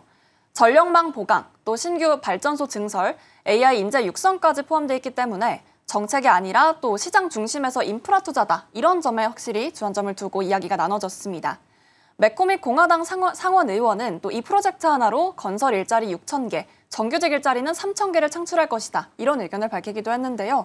또 이 자리에서 트럼프 대통령은 중국과 다른 나라들이 AI에 관해서 미국을 따라잡기 위해 달리고 있는데 우리는 그들이 따라잡도록 두지 않을 것이다. 라고 다시 한번 강조하기도 했습니다. 또 행사에 참석한 허워드 러트릭 미 상무장관은 AI 혁명이 우리에게 임박했다라면서 이런 자신감도 함께 내비치기도 했습니다. 네, AI를 돌리기 위해서는 많은 전기가 필요하고 그 전기를 또 전달하기 위한 다양한 장치들도 같이 좀 뒷받침이 돼줘야 되는 상황입니다. 그렇기 때문에 트럼프 행정부에서도 전력이나 에너지원에 대해서 관심도가 높은 상황이긴 합니다. 전력 문제를 특히나 더 민감하게 보는 이유를 좀 더 찾아본다면 어떤 부분들을 고려해 볼 수 있을까요? 사실 이번 투자자의 가장 핵심 키워드는 전력이다라고 또 평가가 되고 있는데요. AI 생태계에서 가장 큰 병목이 또 데이터 센터 운영에 필요한 전력 확보가 되겠습니다. 트럼프 행정부는 아예 에너지 패권은 AI 패권이다. 이렇게 보고 전략을 현재 짜고 있는 것으로 파악이 됩니다. 올해 초에도 일본 소프트뱅크, 또 오픈 AI, 오라클과 함께 AI 기업 스타게이트를 설립하고 또 5천억 달러 투자 계획을 이미 밝힌 바가 있죠. 이 프로젝트 대부분이 데이터 센터와 전력 인프라를 핵심에 두고 있습니다. 블룸버그 NEF 자료에 따르면 미국 전체 전력 수요 중 데이터 센터 비중이 현재 3.5%에서 2035년에는 8%가 넘는 8.6%로 급등할 것이라고 예상을 했는데요. 이번 발표는 그 전력의 격차를 선제적으로 메우기 위한 포석으로 파악이 됩니다. 특히 미국은 최근 석탄 화력 발전 확대 기조도 다시 한번 부각이 되고 있는 만큼 이 친환경 기조보다는 AI 패권에 필요한 현실적인 기반 확보가 현재로서는 우선순위라는 입장을 내비치고 있습니다. 그렇기 때문에 이 트럼프 대통령을 비롯해서 진영은 이걸 국가 안보 사안으로 보고 또 현재처럼 강단있는 어조로 또 밀어붙이고 있는 구조가 확인이 되고 있습니다. 네, 전력원에 대한 여러 가지 고민들이 나오고 있는 상황이고요. 우리 시장 안에서도 계속해서 이 조방원이 돌아가면서 좀 시세를 받고 있습니다. 특히나 원전 쪽도 오늘 시세도 나쁘지 않은 상황으로 이어지고 있는 상황이기는 합니다. 그래서 에너지원에 대한 고민이 미국 시장에서 나타나고 있는 만큼 우리 시장 안에서도 관련 종목들 함께 점검해 보시면 좋겠습니다. 김민 앵커와는 여기서 인사 나누겠습니다. 오늘 말씀 고맙습니다.